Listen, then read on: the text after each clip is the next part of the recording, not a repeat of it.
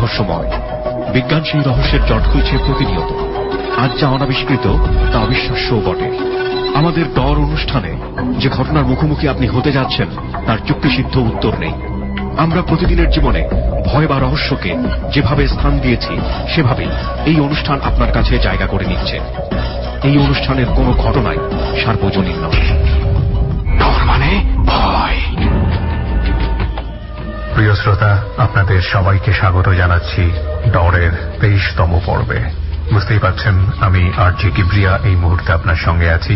সঙ্গে আছে আমার টিম মেম্বাররা সুমন, রেহান এবং সাউন্ডে লোবান। আজকে আমরা যাচ্ছি, ইনফ্যাক্ট যাচ্ছি ঠিক বলবো না, আমরা গত সপ্তাহে এই অনুষ্ঠানটি ধারণ করেছি বিক্রমপুরের আড়িয়াল বিলে। সেখানে আমরা 4 জন বন্ধুকে পেয়েছিলাম, সালমান, সানোয়ার, রবিন এবং আবিব। এই 4 জনের জীবনের অধিভৌতিক ঘটনাগুলো আজকের এখানে উঠে আসবে। ডর কোন প্রথাসিদ্ধ ভৌতিক অনুষ্ঠান নয়। আমরা মনে করি স্থান, কাল, পাত্র ভেদে একটা শুনশান নীরবতাও আপনার জীবনের জন্য কখনো ভয়ঙ্কর অভিজ্ঞতা হতে পারে। তার মানে সময় এবং স্থান ভয়ের পরিবেশের জন্য জরুরি। সে কারণেই ডর 8-10টা ভৌতিক অনুষ্ঠানের মতো নয়, এটি একটি হন্টেড প্লেস ভিত্তিক অনুষ্ঠান। আমরা যেখানে বসে অনুষ্ঠানটি ধারণ করি সেই জায়গাটি আমাদের অনুষ্ঠানের মূল উপজীব্য। এই অনুষ্ঠান চলাকালীন সময়ে আপনি যে এনভায়রনমেন্টের কথা আমরা বারবার বলে থাকি সেই এনভায়রনমেন্টটি মেইনটেইন করে আপনি যদি ডর শোনেন তাহলে এই কথাটি আপনার কাছে সত্য হয়ে ধরা দেবে। ডর মানে ভয়। প্রিয় শ্রোতা, আমরা শুরু করছি ডর এবং অনুষ্ঠানের শুরুতেই সুমন ও রেহানের কাছ থেকে আমাদের যে হন্টেড প্লেসে গত সপ্তাহে তারা গিয়েছিল সেই যাওয়ার কিছু অংশ আপনাদেরকে আমরা শোনাচ্ছি। তারপর আমরা অনুষ্ঠানের মূল পর্বে ঢুকে যাব।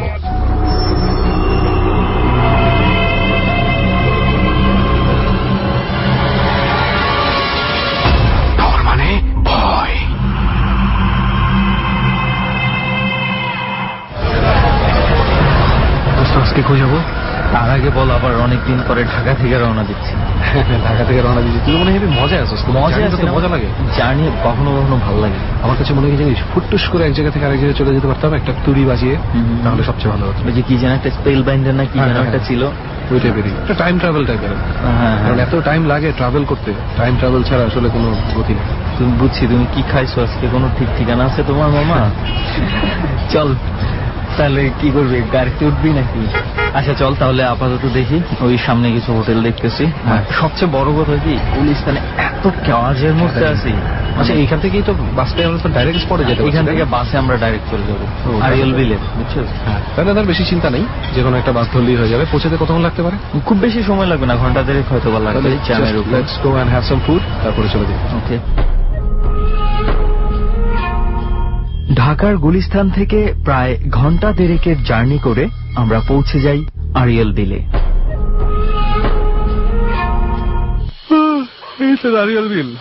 এই আড়িয়াল বিল, মাত্র এতক্ষণের জার্নিতে তোর এই অবস্থা? আমার তো মানে ঘুমটা প্রায় যখন চলে আসছে ততক্ষণ যে জার্নিটা শেষ হয়ে গেছে, বুঝছিস, আমি ঘুমাইতে পারিনি। আচ্ছা সবচেয়ে বড়, এবার বিলে আসছস আগে আড়িয়াল বিলে কখনো? ইটস বিগ ম্যান, এত বড় এটা তো চিন্তা করিনি। আসলে অনেক বড়, প্রায় হচ্ছে এটার মানে আমি যতটুকু জানি যে 136 স্কয়ার কিলোমিটারের মতো এটার বিস্তৃতি। আমি আসলে মানে খাল বিল শুনলে একটা ছোটখাটো আইডিয়া মাথায় আসে, তো সেই হিসেবে দেখলাম যে বিশাল বিশাল। এবং সবচেয়ে বড় কথা হচ্ছে যে এইখানে মনে কর যে এর আগে কিছু আন্দোলনও হয়েছিল এই বিলটাতে কিছু একটা বানানোর ইয়ে নিয়ে। যাই হোক, ওই দিকে আমাদের উদ্দেশ্য না, আজকে আড়িয়াল বিলের আসার উদ্দেশ্য হচ্ছে চল একটু হাঁটতে হাঁটতে। আচ্ছা, ওয়াই দিস স্পট, এখানে আমরা কেন? না, এইখানে হচ্ছে আমরা যে রাস্তাটাতে আছি না এখন, এই রাস্তাটা দিয়ে যদি একটু সামনের দিকে হাঁটতে হাঁটতে যাই, একটা শ্মশান পড়বে। ও আচ্ছা। এই শ্মশানটাকে ঘিরে একটা ঘটনা, মানে কিছু কথা রয়েছে। তো এইটা হচ্ছে, এই স্পটটা ফেসবুকেই এক বন্ধু আমাকে পাঠিয়েছে আর কি। আচ্ছা। তার নাম হচ্ছে রুবেল। সে কিছুদিন আগে ডরেও আসছিল। আচ্ছা আচ্ছা। তো সে মনে কর যে এই যে শ্মশানটা আছে, এই শ্মশানটার এইখানে হয়েছে কি, রাতের বেলা এই শ্মশানটার পাশ দিয়ে যাওয়ার সময় অনেকে নাকি মৃত মানুষ শুয়ে থাকতে দেখছে, এবং মনে কর কেউ যদি যেতে চায় বিভিন্ন ভাবে বাধা দেওয়ার চেষ্টা করা হয় আচ্ছা, এই শ্মশানটাকে ঘিরে। তোর বন্ধুটাও কি এটার শিকার? না, এটার শিকার হয়নি, সে শুনেছে আর কি। সে একটা ঘটনাও বলেছিল, রুবেলের ঘটনা মনে নেই? হ্যাঁ, কিছুদিন মনে আগে আছে, যে রুবেলের ভালো ঘটনা, মনে আছে। এই শ্মশান, রুবেল ওই যে একটা লোক মাছ ধরতে গিয়ে যে নিজের লাশটাই দেখতে পেয়েছিল, হ্যাঁ। এই শ্মশানটার কথাই বলছিল। আচ্ছা, That's why আমরা আজকে এই শ্মশানটাকে বেছে নিয়েছি। Good selection. সো এবার চলো, বেশি দূর নাই, প্রায় চলে আসছি, আর কিছুক্ষণ হাঁটলেই আমরা পৌঁছে যাব। চল চল, গল্প শুনতে হবে, এমন জায়গায় বসে গল্প না শুনলে হয়। আরিয়াল বিলের সামনে পৌঁছে যাওয়ার পরে আর তেমন একটা কিছু যাওয়ার বা করার ছিল না। আমরা কিছুক্ষণ হাঁটতে হাঁটতে পৌঁছে যাই আমাদের কাঙ্ক্ষিত স্পটে, যেখানে আমাদের অতিথিরা অপেক্ষা করছে। তো রেহান, চল আর অপেক্ষা না করে ঘটনার দিকে যাই। আসলে যেটা আমি আর তুই সবসময় পছন্দ করি, ঘটনা শুনতে পছন্দ করি বেশি বেশি। যাই হোক, আমরা স্টোরিতে যাই, তার কাছ থেকেই তার পরিচয়টা জানি। আপনার নামটা? আসসালামু আলাইকুম, আমি সালমান দিনার। সালমান দিনার। Yes. ওকে, কোথা থেকে এসছেন আপনি? যাত্রাবাড়ি মিরাজিবাগ। ওকে সালমান, আপনি কি করছেন এমনিতে? এমনিতে পড়াশোনা করতেছি ধানমন্ডি স্ট্যামফোর্ড ইউনিভার্সিটিতে। ওকে, ফার্স্ট ইয়ার আছে, জার্নালিজম এন্ড মিডিয়া স্টাডিজে। আচ্ছা। ওকে সালমান, সরাসরি মানে যেই কথাগুলো বলার জন্য আপনি আসছেন এবং আমরাও যেই কথাগুলো শোনার জন্য অপেক্ষা করছি, সেটাতেই চলে যাই। ওকে, আমি আসলে খেলাধুলার প্রতি একটু মানে বেশি লাইক করতাম আর কি, যেটা এই খেলাধুলার কারণে অনেক জায়গায় ঘোরা হয়েছে আমার দেশের বাইরে, ইন্ডিয়ায়, মালয়েশিয়ায় গেলাম। আপনার খেলাধুলার পাশাপাশি মনে হচ্ছে ঘুরে বেড়ানোর একটা শখ আছে। এরকমই মেন কথা হয়েছে, আমি একদিন গেলাম হচ্ছে রাজশাহী ফ্রেন্ডের সাথে ঘুরতে, অনেক ঘোরাফেরা করলাম। পরে আমরা বললাম কি ফ্রেন্ডরা মিলে চল এবার একটু দেখি রাজশাহীকে নাকি অনেক ভালো একটা শ্মশান আছে, সেখানে নাকি অনেক ভয়ঙ্কর, মানে একটু মানে কিউরিয়াসিটি জাগলো, ভয় দেখার জন্য বা ভয় দেখানোর জন্য এরকম কোনো কিছু। পরে সবাই মিলে একমত পোষণ করলাম যাবো শ্মশানে। পরে ভিতরে তো আর ঢুকতে পারি নাই আর কি, বাইরের সাইড থেকে দেখা আইসা বসে আমার আর কি একটু ভয় লাগতেছিল। ওখান থেকে শ্মশান থেকে আমি আমার মানে ওখানে হোটেলে যখন উঠলাম, ওঠার পরে দেখতেছি আমার গাটা কেমন যেন একেবারে ভার হয়ে গেছে পুরোপুরি। আচ্ছা, মানে একেবারে সিক ফিল করতেছি আমি নিজে, মানে অস্বস্তি ফিল করতেছি। এমনও হতে পারে যে আপনি জার্নি করার ফলে এরকম হয়েছে। না না, আমি কিন্তু এর আগেও কিন্তু জার্নি করেছি অনেক, যেমন বললাম। আপনি শ্মশানে যখন যাচ্ছিলেন তখন আপনার শারীরিক কন্ডিশন কেমন ছিল? খুবই ভালো ছিল, তখন কোনো মানে সিক ছিলাম না। তারপরে গেলাম, খুবই খারাপ লাগতেছে তখন, মানে ওই রাতে আর কোনো কিছু হয় নাই। পরে আমার ফ্রেন্ডদের কাছে আর কোনো কিছু শেয়ার করি নাই। একদিন থাকার পরে ওখান থেকে আমরা কামব্যাক করলাম আবার ঢাকায়। আসার পরে সবকিছু স্বাভাবিক চলতেছে। হঠাৎ একদিন জুন মাসের 7 তারিখে আমার আব্বু স্ট্রোক করে মারা গেলেন। তো পরিবেশটা এমন একেবারে নড়বড় হয়ে গেল, সবকিছু মনে হচ্ছে হারিয়ে ফেলছি। হঠাৎ একদিন রাতে ঘুমাতে গেলাম, ঘুম আসছে না। পরে আমি রুমের মধ্যে ক্রিকেট প্র্যাকটিস করতেছি। জাস্ট আমার মানে বাবা মারা যাওয়ার কতদিন পরের ঘটনা? 5-7 দিনের মতো হবে। আচ্ছা, ক্রিকেট প্র্যাকটিস করতেছি। প্র্যাকটিস করার সময় যখন আমি ব্যাটটা রাখতে গেলাম, অনেক টায়ার্ড হয়ে গেছি। ঘরের রুমের ভেতরে? রুমের ভিতরে, হ্যাঁ। ব্যাটটা রাখতে গেলাম, রাখতে যাওয়ার পরে তখন দেখি গিয়ে আমার পিছনে একটা লাইট ছিল, লাইটের মানে যে ছায়াটা আমার ওয়ালের ভিতর পড়ার কথা, ওই ছায়াটা আছে। আমার পাশে দেখতেছি আরেকটা ছায়া। আচ্ছা, পরে আমি এটা মানে কিসের ছায়া মনে হচ্ছে? মানে মানুষের মতোই। আচ্ছা, পরে আমি পিছনে তাকালাম, কেউ নাই। পরে আমি আবার সামনে তাকালাম, পরে দেখতেছে, বলতেছে কিরকম লাগে তোর? আমি বললাম কিরকম লাগে মানে? পরে আমি এটা শোনার পরে আমি নার্ভাস ফিল করে আমি গেটটা খুলে আমি দৌড় দিলাম রুমের ভিতরে। আম্মু দেখি ঘুমায় আছে। রুমের ভেতরে মানে কি? মানে আপনার রুম? আমার রুম থেকে আমার আম্মুর রুমে গেছি। পরে আম্মু ঘুমায় আছে। পরে আম্মুকে ডাক দিব না, ডাক দিনে যেহেতু আমার আব্বু মারা গেছে, এমনি কাঁদতে কাঁদতে তিনি টায়ার্ড হয়ে গেছে। পরে আম্মুকে আর ডাক দিনে, আম্মুকে কিছু বলিনি ওই রাতে, যেহেতু ভয় লাগতেছে। ওই দিন আম্মুর সাথে ঘুমাইছি। পরের দিন সকালে আমি আম্মুকে বললাম, আম্মু আমার রুমে তো এই ঘটনা ঘটে গেল। আম্মু বলে কি বলিস? এমনি আমাদের বাড়িটা কিন্তু কবরস্থানের পাশে। সেই কবরস্থানেই কি আপনার আব্বু? হ্যাঁ, আমার আব্বুকে কবর দেওয়া হয়েছে। আচ্ছা আচ্ছা, কবরস্থানের পাশে। পরে বলে কি কবরস্থানের পাশে কি কোনো ভূত টুত আসে নাকি, এরকম কথা বলিস। মানে আমি তখন ভাবলাম হয়তো হ্যালুসিনেশন হতে পারে। এর পরের দিন আমার মানে রুমে আমি আর গেলাম না ঘুমাতে, যেহেতু ভয় পাইছি, মানে ভয় ভয় লাগে একেবারে। ঘুমাচ্ছেন? হ্যাঁ, একা ঘুমাচ্ছি না। পরে আম্মুর সাথে গেলাম ঘুমাতে। পরে বললাম আম্মু আজকে আমি আপনার সাথে ঘুমাবো। ঠিক আছে, ভালো কথা, আম্মুর সাথে ঘুমাবো। পরে ওই দিন রাতে আম্মুর সাথেই ঘুমালাম। ঘুমানোর পরে দেখি কি মাঝ রাতে, বিশ্বাস করার মতো না, কেউ আমাকে গলায় চাপ দিয়ে ধরে রাখছে। আমি কথা বলতে পারতেছি না, বা আমি যে ওকে যে কিছু বলবো বা কাউকে ডাক দিব, হাত দিয়ে যে নাড়াচড়া করার, যে আমার আম্মুকে ডাক দিব, আমি আম্মুকেও ডাকতে পারতেছি না। মানে এরকম অবস্থা। আমি মনে করছি আজকে হয়তো শেষ আমি। আমার নিঃশ্বাস আর চলতেছে না। পরে কোনো একভাবে হয়তো উনি ছেড়ে দিচ্ছে, আমি তো সারাতে পারি নাই, উনি ছেড়ে দিচ্ছে। আচ্ছা, পরে ছেড়ে দেওয়ার পরে আমি কি মনে হচ্ছিল যে কোনো কিছু মানে চেপে ধরে রাখছে, কোনো হাত বা হাত জাতীয় কোনো কিছু, বাট আমি ওনাকে আমি দেখতে পাইনি। আচ্ছা, মানে কোনো কিছু আমাকে চেপে দিল। আপনি কি গলায় তখন হাত দিয়েছিলেন, কোনো হাতের স্পর্শ? না না, কোনো কিছু পাইনি। আচ্ছা, মানে কিন্তু একটা চাপ অনুভব হ্যাঁ, মানে ওরকম লাগতেছে আমার কাছে। ওই রাতে খুবই নার্ভাস হয়ে গেলাম। তখন আপনি আপনার আম্মুকে ডাক দেন? না, আমি ডাকি নাই, যেহেতু মানে আম্মু উনি একটা মানসিক অবস্থা, ওনাকে আর টেনশন দিতে চাননি। আর ভাইয়া কি বলবো, ভাইয়া তো আরো মানে এসব ব্যাপারে একেবারে বিশ্বাস করে না। ওকে। পরে বলতেছে, আর এরপরের দিন সকালে আম্মুকে ওঠার পরে বলতেছি, আম্মু আমার সাথে তো এই ঘটনাটা ঘটে গেছে। বললাম পুরোপুরি, যা তোর সাথে শুধু ঘটে, আমার সাথে তো ঘটে না। পরে বললাম কি, না আম্মু বিলিভ মি, জাস্ট দেখেন এই যে আমার গলায় যে আমাকে চাপ দিয়ে ধরে রাখছে, এই যে এখানে 5 আঙ্গুলের ছাপ আছে। পরে আম্মু একটু মানে চিন্তায় পড়লো, মানে কেউ কার সাথে মারামারি করছে নাকি কি, মানে এরকম টাইপের আর কি চিন্তা ভাবনা ছিল তখন। হ্যাঁ, মানে এরকম কোনো কিছু চিন্তা ভাবনা করলো। যাক, ওটাও আর কি এতটা টেক কেয়ার করে নাই। এরপরে যখন আম্মুর সাথে ঘটনাটা ঘটলো, তখন তিনি একেবারে বিচলিত। আম্মুর সাথে ঘটনাটা ঘটছে, দেখলো কি আমার আম্মুর বেডরুমের ডান সাইডে ওয়াল যেটা, ঠিক আছে, ঘুমায় আছে, হঠাৎ চোখটা খুললো। চোখ খোলার পরে দেখি আমার আব্বুর মতো একটা ছায়া দেখতেছে, পুরোপুরি হোল বডি। আমরা তখন কি লাইট জ্বালানো ছিল? হ্যাঁ, লাইট জ্বালানো ছিল। পরে আম্মু বললো কি একবার তাকে, আবার চোখ বন্ধ করে ফেলছে। পরে আবার তাকাইছে, দেখেন নাই। পরে বলে কি চোখ বন্ধ করে রাখি, যদি আবার কোনো উলট পালট কিছু দেখি, ঠিক আছে, ঘুমায় গেছে। তখন ওই মুহূর্তে আপনি কোথায় ছিলেন? তখন ওই মুহূর্তে আমি ঘুম আসতেছিল না বলে আমি আমার ভাইয়ার রুমে চলে গেলাম, কম্পিউটার, ফেসবুক এরকম কিছু বা ইউটিউবে গান শুনতেছি। আচ্ছা আচ্ছা। তখন আম্মু দেখে উঠে গেছে। উঠে যাওয়ার পরে বলতেছে, তুই আলমারির চাবি নিছিস? উঠে কি আপনার এখানে এসে জিজ্ঞাসা করতেছে, আলমারির চাবি নিছিস? না তো, আমি আলমারির চাবি নিইনি। বলতেছে, তাহলে আমার রুমে আলমারির চাবির শব্দ হলো কিসের? কিসের শব্দ? না, আমি মাত্র শুনলাম আলমারির শব্দ, মানে চাবি যে মানে কেউ মনে আলমারি খুলতেছে এরকম টাইপের। আমি বললাম কি, না না আম্মু, আমি খুলি না, আমি খুললে তো আমি বলবো। আলমারি কি মানে বন্ধ অবস্থায় ছিল না খোলা আছে? বন্ধ অবস্থায় ছিল। আচ্ছা। পরে বলে কি, না আম্মু, আমি চাবি টাবি কোনো কিছু নেই। পরে আম্মুর মনে এবার কিউরিওসিটি একটা জাগছে, কি হইতে পারে, আমার মানে ছিল একই অবস্থা দেখতেছে, আমিও মানে আমার উপরও মানে এরকম একটা হয়ে যেতেছে, কি সমস্যা হয়েছে আর কি। তখন আমার চাচি, আমার আপন চাচি, ওনার সাথে আর কি যোগাযোগ করলো, মানে পুরো হিস্টোরি গুলো বললো। তখন আমার চাচি বললো, ঠিক আছে, আমার একটা পরিচিত একটা হুজুর আছে, ওনাকে আমি কন্ট্যাক্ট করে দেখি উনি কি বলে।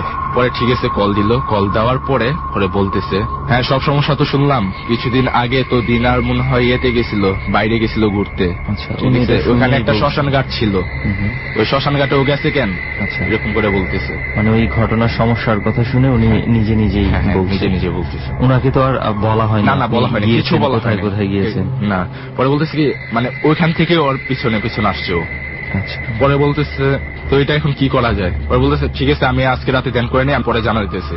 তিনি আবার 7টা কোরআনে আয়াত লেখা, মানে কেমন কাগজের মতো একটা বানিয়ে দিছে, মানে 7 দিন ওইটা পানির সাথে মিক্সড করে খেতে হবে। কাগজ পানির সাথে মিক্সড করে খেতে হবে? মানে কাগজটা উঠে পরে এটা ফেলে দিতে হবে। আচ্ছা আচ্ছা। ওটা 7 দিন খাইলাম। এর আবার 5 দিনের মাথায় একটা ঘটনা ঘটে গেছে। কিরকম? আমি তখন রাতে হ্যালো 8920 শুনতেছিলাম আপনাদের প্রোগ্রাম। শুনতে শুনতে মানে একবারে পুরো ঘুমন্ত অবস্থায়, একবার পুরোপুরি ডিপ ঘুমে চলে যায়নি। পরে দেখলাম আমার আব্বু এসে দাঁড়িয়ে আছে। কোথায় দাঁড়িয়ে আছে? মানে আমার রুমে। আমাকে বলতেছি কি, গেটটা অফ কর। বলতেছি, গেট অফ করবো কেন? তুই জানিস না যে আমি সবার সাথে দেখা করতে পারি না। আমার তখন এতটুকু বিশ্বাস ছিল যে আমার আব্বু তো আমার কোনো ক্ষতি করবে না। ওকে, তখন কি আপনার মাথায় আছে যে আপনার বাবা মারা গেছে? হ্যাঁ, এটা মাথায় আছে। আপনার মানে জীবিত থাকাকালীন মানে আপনার বাবার সাথে আপনার সম্পর্কটা কেমন ছিল? খুবই ভালো ছিল, মানে খুব বেশি পছন্দ করতেন? খুবই বেশি পছন্দ করতো এবং সব বিষয়ে আমাকে সাপোর্ট দিত, আর সবকিছু আমি শেয়ার করতাম ফ্রেন্ডলি। তারপর কি হলো? তারপরে ঠিক আছে, বাবা যেহেতু আসছে তাহলে তো মানে কোনো ভয়ের কিছু নেই, আরো আমার ভালো। পরে গেটটা লক করলাম, বলতেছে, চল তোর সাথে অনেকদিন ধরে কোথাও ঘুরতে যাই না, ঘুরে আসি। ঘুরে আসবো? এত রাতে কোথায় যাবো? আমাকে তো এখন যেতে দিবে না। তখন রাত বাজে প্রায় 2টার মতো। সমস্যা কি, তুই আমার সাথে তো যাবি, কোনো প্রবলেম নাই তো। পরে আমি করলাম কি, আমার আম্মুর রুমের থেকে চাবিটা লুকায় নিয়ে আসলাম, মেইন গেটটা খুললাম, খোলার পরে গেটটা আস্তে করে লাগাইলাম, তারপরে আমার নিচের কেচি গেটটা খুললাম, খুলে লক করে আস্তে করে বের হয়ে গেছি। আমি যে রাস্তা দিয়ে হাইটে যেতেছি, আমি আব্বুর সাথে কথা বলতে বলতে যেতেছি, বাট কেউ তাকে দেখে না, আমি শুধু একাই দেখতেছি। আচ্ছা। পরে একটা রিক্সা নিলাম। আশেপাশের মানুষগুলো তো আপনি দেখতে পাচ্ছেন? তখন আমি দেখতে পাইতেছি প্রতিটা মানুষ, ঠিক আছে, বাট আমাকে কেউ জিজ্ঞাসা করতেছে না কিছু, স্বাভাবিক। আমি রাতে একটু বাইরে থাকি তো।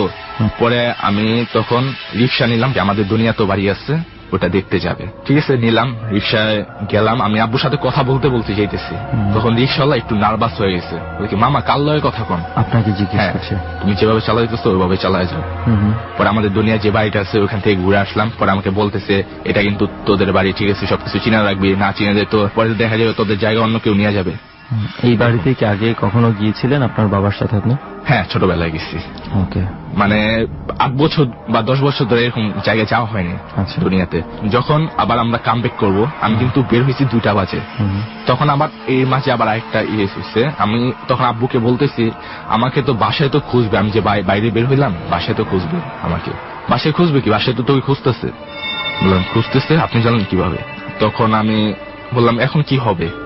কোনো সমস্যা নেই, যেভাবে আসছিস ওইভাবে চলে যাবে, আস্তে করে যাবি, যা ঘুমের মতো পড়ে থাকবি, পরে সকালে উঠলে গেট খুলবি। পরে আচ্ছা শিখাই দিল এরকম করে। তারপরে আস্তে করে গেলাম, আস্তে করে গেটটা খুললাম, গেটটা খুলে আস্তে করে লাগালাম। লাগানোর পরে প্রায় ভোর হয়ে গেছে, আজান দিতেছে।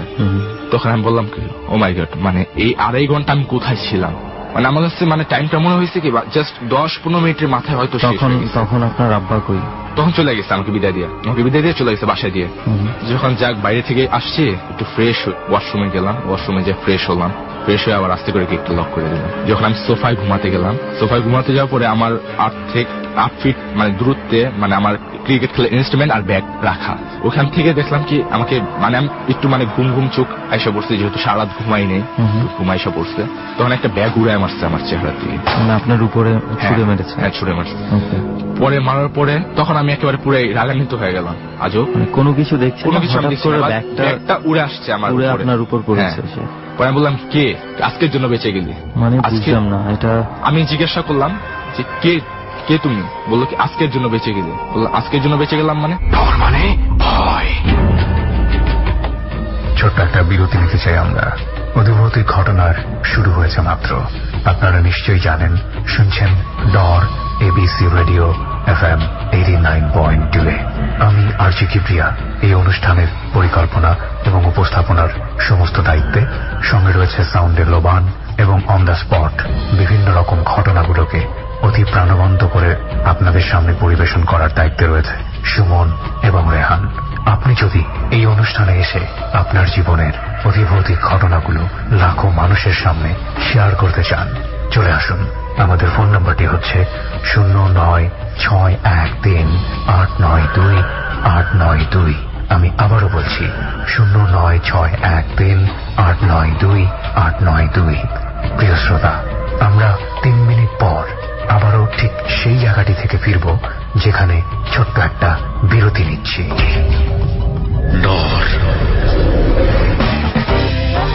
FM 89.2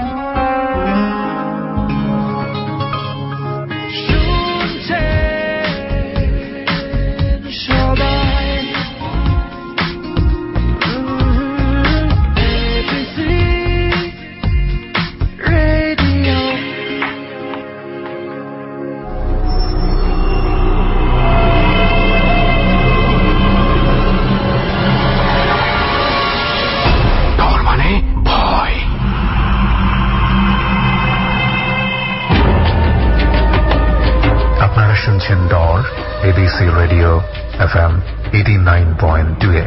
আরজি কিবরিয়া, সুমন, রেহান এবং সাউন্ডে লোবান, এই হচ্ছে আমাদের টিম। প্রিয় শ্রোতা, আপনি যদি আপনার জীবনে ঘটে যাওয়া বিভিন্ন ভৌতিক ঘটনা আমাদের সাথে শেয়ার করতে চান, আমাদেরকে ফোন করবেন। ফোন নাম্বারটি হচ্ছে 09613892 আবার বলছি 09613892 এই নাম্বারে। চলুন ফিরে যাই গল্পের ঠিক সেই জায়গাটিতে যেখানে আমরা বিরতি নিয়েছিলাম।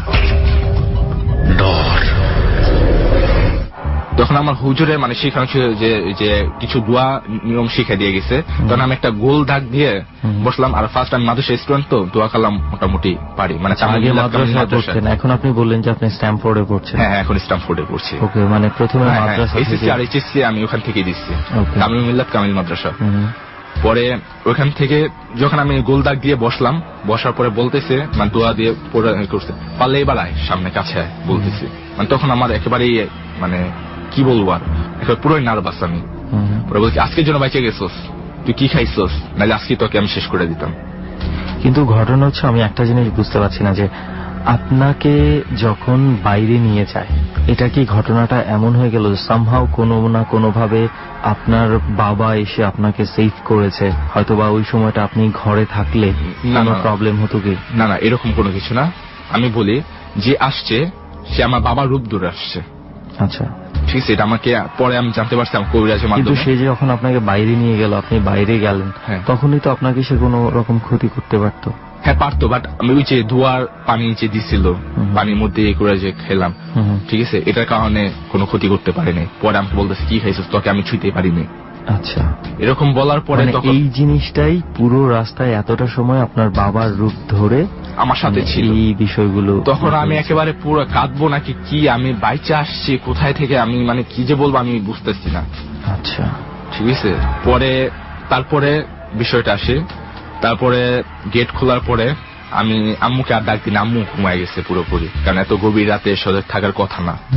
আমি করলাম ওই সময় আবার তাৎক্ষণিক গোসল করে ফেললাম, যেহেতু অনেকে আগে মুরব্বী মনিজনরা বলছে যে ভয় পেলে নাকি গোসল করাটা নাকি ভালো। তারপরে গোসল করে আমি ফ্রেশ হয়ে গেলাম ঘুমাইতে। তখন যখন সকাল 10টা বাজে ঘুম থেকে উঠলাম, পরে বললো কি রে তুই কালকে ওই ঘরে ছিলি কেন, সমস্যা কি তোর? তখন আম্মুর কাছে বললাম এই সমস্যা আমার উপরে। কি বলছে, তুই গেছিস কেন? আমি তোমার কাছে আব্বু আসছে। আব্বু ডাকতে, তুই জানোস না যে আব্বু যে তোর মারা গেছে? আমি তো আব্বুকে সবসময় দেখি। কি সবসময় দেখোস, তুই কি পাগল হয়ে গেছিস? পরে তাৎক্ষণিক আবার ওই কবিরাজের কাছে ফোন দিল, ওই কবিরাজ সেদিন আবার এসে পড়ছে আপনাদের এখানে। হ্যাঁ, দেখতে অবস্থা একেবারেই খারাপ। পরে এসে বললো কি এই যে ধূপ জ্বালাইলো, ধূপ জ্বালায় উনি আবার আরেকটা জিন ডাকছে। জিন ডাকার পরে বলতেছে ও তো ওকে মারতে আসছে, ও একবার রাজশাহীতে গেছে, রাজশাহীতে শ্মশান ঘাটে গেছে, ঠিক আছে, ওর বন্ধুরা জোর করে নিয়ে গেছে, ঠিক আছে, ওইখান থেকে ওর গাড়ি আসছে। কিন্তু কেন শুধু আপনাকেই কেন ধরেছে? আমাকেই ধরছে, আমি বেশি মানে আর কি সাহস দেখায় গেছি। কি হবে, চল ভূত টুত এগুলো বিশ্বাস করিস নাকি। আচ্ছা, ঠিক আছে, মানে শ্মশান ঘাট আগে কোনো সময় দেখি নাই, ঠিক আছে, একটা দেখার ইচ্ছা ছিল, ঠিক আছে, গেলাম। পরে এই অবস্থা তখন ওকে বলতেছে যে ওই জিনটাকে কি করা যায় এখন। ওরা বলতেছে কি ওই জিনটা আরেকটা মানুষ চায় ওর বদলে। আচ্ছা, হয়তো ওকে দিতে হবে, নাহলে আরেকটা ওর মতোই মানুষ দিতে হবে। ওকে, তার মানে আরেকটা মানুষকে পেলে সে আমাকে ছাড়বে। তারপর পরে বললো কি ওরে বল একটা সুতাও আমি দিব না। ওই হুজুর বিভিন্ন কৌশল অবলম্বন করে ওই জিনটাকে আটকালো, মানে যেই জিনটা হচ্ছে আপনাকে মানে আমাকে অ্যাটাক করছে, ওকে আটকালো, মানে ওনার ভালো জিনটাকে দিয়ে আটকানোর পরে তাও এই আমাকে তাবিজ দিল, হাতে যেটা পড়া আছে দেখাইছি আপনাকে, এই তাবিজটা দিল। পরে থেকে আর কোনো সমস্যা হয়নি আল্লাহর রহমতে, এখন সুস্থ আছি। ওকে, তো অনেক ধন্যবাদ সালমান ভাই, যে মানে আপনার ঘটনাটা আসলে কি বলবো, আপনার ঘটনাটা কিছুটা অনেক ফ্যান্টাসি ঢুকে গেছে, হয়তোবা অনেকের কাছে বিষয়টা কাল্পনিক সিনেমার মতো মনে হতে পারে, এবং আমিও বলেছিলাম আপনাকে কোন একটা জায়গায় আমার নিজেরও অতিরঞ্জিত মনে হয়েছে। তখন আপনি যেটা আমাকে বললেন যে আপনার ঘটেছে বিষয়টা আপনি বলতে পারছেন, তো আমি জানি না আমার শ্রোতা যারা রয়েছে তারা বিষয়টা কিভাবে নেবে, সম্পূর্ণই আমরা তাদের উপর ছেড়ে দিচ্ছি। সো বিবেচনাটা তারা নিজেরাই করে নেবেন, আসলে বিষয়টুকু কতটুকু আপনি বিশ্বাস করতে পারছেন এবং আদৌ কতটুকু সম্ভব কি সম্ভব না। এই ফাঁকে একটা কথা একটু বলতে চাই, আমরা অনেক ফোন কল পাচ্ছি আমাদের ডরে আসার জন্য, কিন্তু আরো একবার একটু বলি, প্লিজ ফোন করে আপনার ঘটনাটা যখন বলবেন সাথে আপনার ফোন নাম্বারটা অবশ্যই বলতে হবে, তা না হলে কিন্তু আমরা কোনোভাবেই আপনাকে রিচ করতে পারবো না। এবং সেই ফাঁকে আমরা দেখতে পাচ্ছি যে ফেসবুকে অনেকেই এরকম পেয়েছেন যে ফেসবুকে আরো কানেক্টিভিটিটা বাড়ানোর জন্য, সেই ক্ষেত্রে আমার নিজের একটা ফেসবুক ফ্যান পেজ রয়েছে, কিছুদিন আগেই সেটা খোলা হয়েছে শুধুমাত্র ডরের জন্য, ডরের শ্রোতাদের সাথে যেন অলওয়েজ কানেক্টেড থাকতে পারি সেই জন্য। আর যে সুমন নামে একটা ফেসবুক পেজ রয়েছে, সেখানে গেলে আপনি ডর সংক্রান্ত যে কোনো ধরনের প্রশ্ন বা কোনো কিছু জানার থাকলে বা কোনো কিছু জানাতে চাইলে, কিংবা যারা আসতে চাচ্ছেন তারা নিজেদের ফোন নাম্বার আমাকে ইনবক্স করতে পারেন, আমি খুব দ্রুত তাদের সঙ্গে যোগাযোগ করার চেষ্টা করব। তো এবার আমরা নেক্সট স্টোরির দিকে আগাই। আরেকটা গল্প শুনি নাকি? চল, গল্প আজকে যা শুনতেছি শুনতেই থাকে, কন্টিনিউ করি, পরে দেখা যাক যদি কোনো ধরনের কিছু বলার থাকে আমরা পরে বলি। বিকজ আমরা হচ্ছি সেই দুর্ভাগা যাদের সামনে কখনো সত্যিকারের কোনো কিছু এখনো পড়েনি, তাই আমাদের গল্পতেই না একবারেই যে পড়ে নাই তা না, কিছু কিছু তুই আর আমিও দেখেছি পড়ছে দোষ, কিন্তু আমার না ওইভাবে মানে মানে মানে ভয়ে অজ্ঞান হয়ে পড়ে গেছি, এই ধরনের কিছু এখনো ঘটলো। আসলে তোর মধ্যে মানে ভয় কেটে গেছে আর কি। আচ্ছা যাই হোক, চল আমরা স্টোরিতে ঢুকে যাই। তো এই মুহূর্তে সানোয়ার ভাই আছে আমাদের সাথে না? জি ভাই। কেমন আছেন? জি আলহামদুলিল্লাহ ভালো। আপনার পরিচয়টা একটু শুনি, কি জি। করেন, কোথায় থাকেন? জি আমার বাসা টাঙ্গাইলের নাগরপুরে গেউরকুল গ্রামে। আচ্ছা, আপনি জি। কি করছেন এখন? আমি এখন স্টুডেন্ট, এবছর আর কি দাখিল পরীক্ষার্থী। আচ্ছা, আচ্ছা। আর পাশাপাশি একটা মসজিদের মুয়াজ্জিন হিসেবে দায়িত্বে আছে। বাহ বাহ, খুবই ভালো। তাহলে তো আপনার ক্ষেত্রে যদি আমরা ওই দিক থেকে ধরি, ধর্মের দিক থেকে ধরি, তাহলে আপনার ভয় অনেক কম থাকা উচিত জি সব দিক থেকে। তো যাই হোক, সবসময় যে প্রশ্নটা করি ওটা দিয়ে শুরু করব, যে এই ধরনের ব্যাপারগুলোতে কি আগে থেকে বিশ্বাস করতেন, নাকি কোনো একটা ঘটনা ঘটার পরের থেকে বিশ্বাসটা আসে? জি, এটা আমি আগে থেকেই বিশ্বাস করতাম, আচ্ছা কারণ এটা আমার ফ্যামিলি থেকে আগে থেকে যেটা ঘটতেছিল। আচ্ছা, তো ফ্যামিলি থেকে কিভাবে ঘটতেছিল এটাকে আমরা একটু ছোট করে শুনতে পারি? জি অবশ্যই, প্লিজ বলেন। অর্থাৎ এটা আমার যে দাদা ছিল হুম, তিনিও দেখেছেন এরকম, আচ্ছা। আমার আব্বাও দেখেছেন। তো আপনি এগুলো ছোটবেলা থেকেই জানতেন যে আপনার বাবা আপনার ওনাদের দাদা কাছে শুনে দেখেছেন? শুনে একটা বিশ্বাস তৈরি হয়ে গেছে। খুবই natural। ওকে, এবার আমরা আপনার নিজের বিশ্বাসের জায়গায় আসি। বিশ্বাসটা পোক্ত হলো কিভাবে আর কি? আপনি নিজে সরাসরি মানে সামনাসামনি হয়েছেন, সেটা একটু শুনি। জি, একদিন ভোরবেলা অর্থাৎ ফজরের আজান এটা যখন, কতদিন আগের ঘটনা বলছেন? এটা আপনার মোটামুটি 9 থেকে 10 বছর আগে। আচ্ছা, এটা কোথায় এটা ঘটনাটা? আমাদের বাড়িতে, অর্থাৎ Okay. টাঙ্গাইলের নাগরপুরে। আচ্ছা, তো সেখানে যেই ঘটনাটা ঘটে ফজরের আজানের পরে, তো আমার আমি নামাজ পড়তে যাব, ওই টাইমে তো আমি দেখবো যে আকাশে রাতটা কাটছে কিনা, মানে ভোর হয়েছে জি, কিনা, ভোর ফর্সা হয়েছে কিনা ফর্সা বাইরে। হয়েছে। ওকে। তো আমি জ্বালানা খুলে তাকালাম। তাকানোর পরে দেখলাম যে ফর্সা হয়েছে, কিন্তু 2টা ছেলে আমাদের বাড়িতে লাকড়ি রাখা ছিল, ছেলে 2টা লাকড়ি নিয়ে যেতেছে। আচ্ছা, তো আমি মানে ভাবতেছি, লাকড়ি রাখা ছিল কি রান্না বান্নার কাজের জন্য? জি জি আচ্ছা। সেগুলোই রাখা হয়েছিল। হুম। তো আমি ভাবতেছি যে এই লাকড়ি ওরা নিয়ে যেতেছে, তো এটা তো অন্যরকম। তো আমি আবার কনফার্ম হওয়ার জন্য যে আমি ঘুমের তালে দেখছি কিনা, এই জন্য আমি ভালোভাবে দেখলাম যে না, সত্যিই তারা লাকড়ি নিচ্ছে। তো আমি আমার মাকে বললাম যে মা, এই দেখো কে যেন লাকড়ি নিচ্ছে। মা জ্বালানা দিয়ে তাকিয়ে দেখলো যে কই না তো, এখানে তো কোনো লাকড়ি নেই, আর কোনো লোকও নেই, অর্থাৎ যারা যে নেবে তারাও তো নেই। আমি তখন জ্বালানা দিয়ে তাকালাম, দেখি যে না, আসলে কোনো লোক নেই। আচ্ছা, লাকড়ি ছিল? যে না, লাকড়িও ছিল না। লাকড়ি তারা ছিল কি না, নিচ্ছিল? লোকও নেই। তারা লাকড়ি নিচ্ছিল, যেটা আমি দেখছিলাম, হ্যাঁ। কিন্তু মূলত ওখানে লাকড়িও ছিল না, তারাও ছিল না। আপনি যখন তাদেরকে দেখেন, আপনি কোনো কিছু বলেননি যে আপনার বাসার সীমানার ভিতর থেকে কিছু একটা নিয়ে যাচ্ছে, চোর জি, ডাকাত জি, জি। হতে পারে? জি অবশ্যই বলেছিলাম। যখন তারা লাকড়ি নেয় তখন আমি তাদেরকে জিজ্ঞাসছিলাম যে কে। আচ্ছা, যখন আমি জোরে বললাম কে, তারা আমার দিকে তাকাইলো। তাকানোর পরে তাদেরকে দেখে আমার ভয় লাগলো, যদিও তারা আকারে কিন্তু ছোট, কিন্তু তাদেরকে দেখে আমার কেমন জানি ভয় লাগলো। চাহনি দেখি? জি, তার চাহনি দেখি, তার চোখের অবস্থা অতটা ভালো ছিল না। আচ্ছা। তো আমি ভয়ে তখন আমি মাকে বললাম যে মা, লাকড়ি নিচ্ছে। তো মা তখন জ্বালানা খুলে দেখলো যে কই না তো, এখানে লাকড়িও নাই, মানুষও নাই, কি বলছিস? আচ্ছা আচ্ছা, তো আমার ভিতরে কিন্তু ভয় আরো ভালোভাবে ঢুকে গেল। তো জিনিসটা আমি নিজে দেখছি, 2বার করে দেখছি, নাই কিন্তু হয়ে গেল অর্থাৎ কিভাবে? প্রথমে দেখলাম, তারপরে ভাবলাম যে হয়তো ঘুমের তালে দেখছি, কিন্তু পরে দেখি যে না, এটা সত্যি নিচ্ছে। তখন আমি মাকে বললাম, কিন্তু দেখি না। তারপরে যেটা হয় যে ওই দিন ওই সন্ধ্যার সময় আর কি, তো সন্ধ্যার আগ দিয়ে বিকাল টাইম, অর্থাৎ সন্ধ্যার মানে কাছাকাছি। গধূলির সময়, বুঝতে পেরেছি। বিকাল আর সন্ধ্যার ওই সময়টা। জি, ওই সময় আমি উপর দিকে তাকাই, অর্থাৎ আমাদের আশেপাশে যেটা বলতে চাচ্ছি যে অনেক গাছ আছে, বাঁশঝাড়, ইউক্যালিপটাস, আকাশমণি ইত্যাদি বিভিন্ন গাছ আছে। ওকে। যেমন মনে করেন একটা ঝড়ের মতোই ধরা চলে, যেহেতু আমাদের বাড়িটা, আমি যেটা আগে বলিনি, যেটা হলো আমাদের বাড়িটা শ্মশান। আচ্ছা। শ্মশানের আপনাদের উপর বাড়িটা শ্মশান বলতে শ্মশানের উপরে স্থাপন করা? জি জি জি জি। মানে আগে এই জায়গাটাতে শ্মশান ছিল, এরপরে আপনারা এখানে বাড়ি বানিয়েছেন? জি জি জি। ওকে। আর তাদের কাছ থেকে শুনেছি যে আমাদের টয়লেটটা তাদের মধ্যে একজনকে পোড়ানো হয়েছে, আর ওখানেই বাসটার। যাদের কাছ থেকে আপনারা কি এটা কিনে করেছেন বাড়িটা? যে কিনে করেছি, যাদের আর কাছ থেকে কিনেছেন জি, তারা বলেছে যে আপনাদের টয়লেটটা যেখানে ছিল ওখানে একটা মানুষকে মারা যাওয়ার পর পোড়ানো হয়েছে? জি জি জি। আচ্ছা। যাই হোক, আমি ওই দিন সন্ধ্যার সময়, তো সন্ধ্যার মতোই আর কি, আমি উপর দিকে তাকালাম, দেখলাম ইউক্যালিপটাস গেছে সেই 2টা ছেলে মেয়ে, যাদেরকে সকালবেলা লাকড়ি কাঠ, রাখতে দেখেছে? লাকড়ি উঠাতে জি দেখেছি। জি জি জি। আচ্ছা। তারা কেমন যেন ওই নাচতেছে আর আমাকে ইশারা করে ডাকতেছে গাছের উপর? গাছের উপর। আচ্ছা। তো আমি কেমন যেন এই দিকে তাকাইলাম, অর্থাৎ ডান দিকে তাকানোর পরে ওখানে আম গাছ ছিল। আম গাছের উপর আম গাছের উপরও ওই ওরাই 2জন একই সাথে এইখানে? জি, একই সাথে এখানে। তো আমার ভয় কেমন যেন আরো বেড়ে গেল। কারণ কি, কারণটা হলো ইউক্যালিপটাস গাছটা অনেক দূরে আর আম গাছটা অনেক কাছে। আচ্ছা আচ্ছা। আমার ভয় লাগতেছে যে আমার সামনে না আসে, আচ্ছা, বুঝতে পেরেছি। আম মানে গাছটা তুই আপনার খুব আতঙ্কটা বুঝতে কাছাকাছি। পারছিস যে প্রথমে দূর কিন্তু সে থেকে দূরে কাছে। দেখেছে, হ্যাঁ। তারপরে দেখছে যে কাছে, এর পরের ধাপটা কোথায় হবে, কোথায়? এই চিন্তাটা কিন্তু মানুষকে আতঙ্কিত করে ফেলবে। তারপরে জি জি। তারপরে যা হলো, আমি আমার মাকে ডাকলাম যে মা তাড়াতাড়ি আসো। আচ্ছা, মা রান্নার কাজে ব্যস্ত ছিল, তো আসলো, দৌড়ে আসলো, কারণ সকালের কাহিনী শুনে। মা যদিও আমাকে ওই রকম ভাবে বলে নাই, কিন্তু মা জানতো যে এই বাড়িটার অবস্থা কি, আচ্ছা, যেহেতু পূর্বের দিকে এটা ঘুরতেছে, কিন্তু আমাকে এটা বুঝতে দেয় না যে আমি ভয় পাবো। ওকে, মাকে বললাম ওই দেখো গাছে, শুধু এতটুকু বললাম। মা তাকে দেখলো, কই না তো, কিছুই নেই। কিছুই নেই।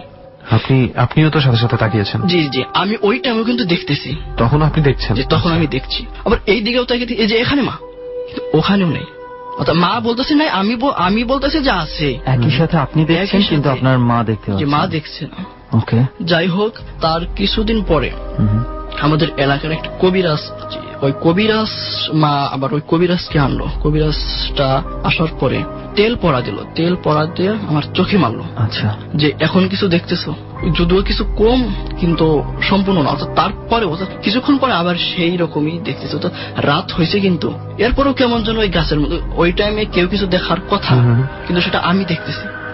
মানে ওই সময়টাতে যে অন্ধকারটা থাকে তখন এই দেখতে অন্ধকার পাওয়ারই কথা না, সাধারণভাবে কারো দেখার কিন্তু কথা না। আপনি দেখতে পাচ্ছেন। আমি দেখতে পাচ্ছি। তো আচ্ছা। আমার বড় ভাইয়ের নাম আনোয়ার, উনি আমাকে বললো যে এটা তো তুই ধান্দা দেখতেছিস। আমি বলবো যে না, এটা আমি তো সকাল থেকে দেখে যাচ্ছি এরকম, এটা ধান্দা, এটা কেমন কথা বলেন আপনি। আচ্ছা, তখন যাই হোক, মার তো আবার বিশ্বাস যে না এটা সত্যি। তো তখন আমাদের এই পাশের গ্রাম থেকে একজন কবিরাজ আনে। আচ্ছা, ওই কবিরাজটাকে আনার পরে কবিরাজ অনেক ভালোই চিকিৎসা দিল, একটা তাবিজ দিল। আচ্ছা, তো তাবিজ দেওয়ার পরে তো আমি মোটামুটি সুস্থ হওয়ার কিছুদিন পর, মোটামুটি 4-5 মাস পরে, তো তাবিজ দেওয়ার প্রয়োজন মনে করি না, তো তাবিজ আমি নিজেই ফালিয়ে দিই, পানিতে ফালিয়ে দিই। এরপরে কোনো সমস্যা হয় না। আচ্ছা, আচ্ছা। এরপরে ওই দুজনকে আপনি আর কখনো দেখেন? না। এখন পর্যন্ত না? এখন পর্যন্ত আমি দেখিনি। আপনার ফ্যামিলির অন্য কেউ কি দেখেছে? জি না, এরপরে কেউ দেখেনি। এটা কি কোনো কারণ খুঁজে পেয়েছিলেন যে ওই দুজন আসলে কে, ওই শ্মশানের সাথে সম্পর্কিত কেউ কিনা, ওই পরিবারটার কেউ কিনা যারা এখানে থাকতো?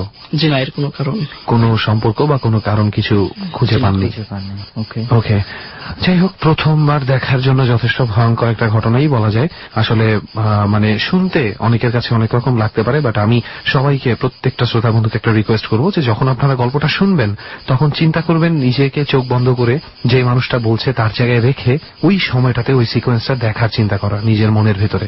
গল্পের বই পড়লে আমরা যা করি, অনেকটা সেভাবে যদি করেন তাহলে হয়তো বা কিছুটা হলেও বুঝতে পারবেন যে ওই মুহূর্তে ওই মানুষটা কি পরিমাণ প্যানিক বা আতঙ্কের মধ্যে ছিল। ভাই যখন বলছিল না, আমি জাস্ট একটা চোখ বন্ধ করে চিন্তা করছিলাম ওই গাছের মধ্যে, ধর আমরা যেখানে আছি এখানেও কিছু গাছ আছে, তো এই গাছের মধ্যে হঠাৎ করে যদি দেখি দুইটা বাচ্চা ছেলে মেয়ে অদ্ভুত ভাবে কিছু করছে আর আমাকে আমার ডাকছে। ঠিক বাচ্চাও কিন্তু না, উনি যেটা হয়েছে যে সকালে যে ঘটনাটা আমি মানে কিছুটা হলেও বুঝতে পারছি যে একটা চাহনি, তুই যেটা বললি একটু আগে যে একটা চাহনির ব্যাপার আছে, ওই চাহনিটা দেখে কিন্তু ওনার মধ্যে চোর ডাকাতের ভয় বাদ দিয়ে অন্য একটা ভয় এসেছে, একটা ভয় ঢুকে গেছে, তাই না? টাকানোর মধ্যে কিছু একটা ছিল, যেমনটা অনেকটা আমরা শুনেছিলাম ওই যে একটা, মনে আছে আমরা যে একটা হাইওয়ের গল্প শুনেছিলাম যে একটা ছেলে শুধু রাতে গাড়ি চালায়, হঠাৎ করে দেখলো কেউ একজন মাছ খাচ্ছে পিছনে তার গাড়ি থেকে, তারা অনেকটা এভাবে তাকিয়েছিল যে তাকানো দেখিয়েও ভয় পেয়ে গিয়েছিল। তো যাই হোক সানোয়ার ভাই, এরপরে ডর টিমের কাছে তো আরো কিছু শুনেছিলাম যে আপনার আরো কিছু ঘটনা আছে, এর পরবর্তী কি ঘটনাটা একটু শুনি। জি, এর পরবর্তী ঘটনা যেটা ঘটে সেটা হলো আপনার আজ থেকে 2 বছর আগে। সেটা ঘটে আপনার গ্রামের বাড়িতেই? যেটা আমার গ্রামের বাড়িতে বলতে পাশের গ্রামে, অর্থাৎ আমি যেই মসজিদে দায়িত্বে আছি সেই মসজিদের। আচ্ছা, তো ঘটনাটা ঘটেছিল আজ থেকে 2 বছর আগে। ডর টিমের কাছে আমি বলেছিলাম যে সংক্ষিপ্তভাবে, আচ্ছা আচ্ছা, সেটাই আমি এখন বলতে যাচ্ছি। প্লিজ। যে তখন বাজে রাত 10:30টার মতো। তো ওই টাইমে আমি জাস্ট ঘুমিয়ে গেছিলাম, অর্থাৎ ঘুমানোর মতোই, অর্থাৎ হালকা যে ঘুমটা সেটাই অবস্থা। জি জি জি। তখন 2 জন লোক দরজায় নক দিল। আচ্ছা, তো যখন দরজায় নক দিল তখন আমি তো ভালোভাবে ঘুমাই না, যার কারণে আমি উঠলাম। উঠার পর কে, তখন আমাকে বললো যে ইমাম সাহেব আছেন। আচ্ছা, আপনি হচ্ছে মুয়াজ্জিমের কাজ করেন, তারা ইমাম সাহেবকে খুঁজছে। ইমাম সাহেব। 2 জন যে আপনি বুঝলেন কিভাবে? দরজা খোলার পর আপনি? না, 2 জন বোঝার কারণ আছে, তারা কথা বলতে আসতেছে। আচ্ছা, তো এটি ধারণা করছি যে তারা 2 জন। আচ্ছা, তো দরজা নক করলো, তখন বললাম যে নেই। তখন দরজা খুললাম, খোলার পর বললাম যে কেন, কি হয়েছে? তখন বললো যে জানাজা পড়াতে হবে। আচ্ছা, তো আমি কিন্তু এর আগে শুনিনি যে জানাজার কথা। এলান, একজন মানুষ কিন্তু মারা গেলে এলানটা দেয়, আমি কিন্তু এলান শুনিনি। আর এলান দিলে ওই তাদের যে বাড়ি আর আমার যে মাইকিং করা বা জানানো এরকম কিছুর কথা বলছেন আপনি, এলান বলতে। জি জি জি। তো আমার মসজিদটা যে হতো তাদের বাড়ির পাশেই আর কি। তো সেক্ষেত্রে আমি মারা গেলে আপনি শুনতে পেতেন, সেক্ষেত্রে আমাকে আগে বলবে যে হুজুর এলানটা করে দেন। ডর মানে ভয়। আজকে যে জায়গায় বসে আপনারা ডরটা শুনতে পাচ্ছেন, সেখানে তারা গত সপ্তাহে ডরটি ধারণ করেছে। অর্থাৎ অন দ্য স্পট থেকে সুমন ও রেহান, সাথে রয়েছে 4 জন বন্ধুকে পেয়েছিলাম, সালমান, সানোয়ার, রবিন এবং আবিব। এই 4 জনের জীবনের অধিভৌতিক ঘটনাগুলো আজকের এখানে উঠে আসবে এবং একই সাথে সাউন্ডের কাজ করেছে লোবান।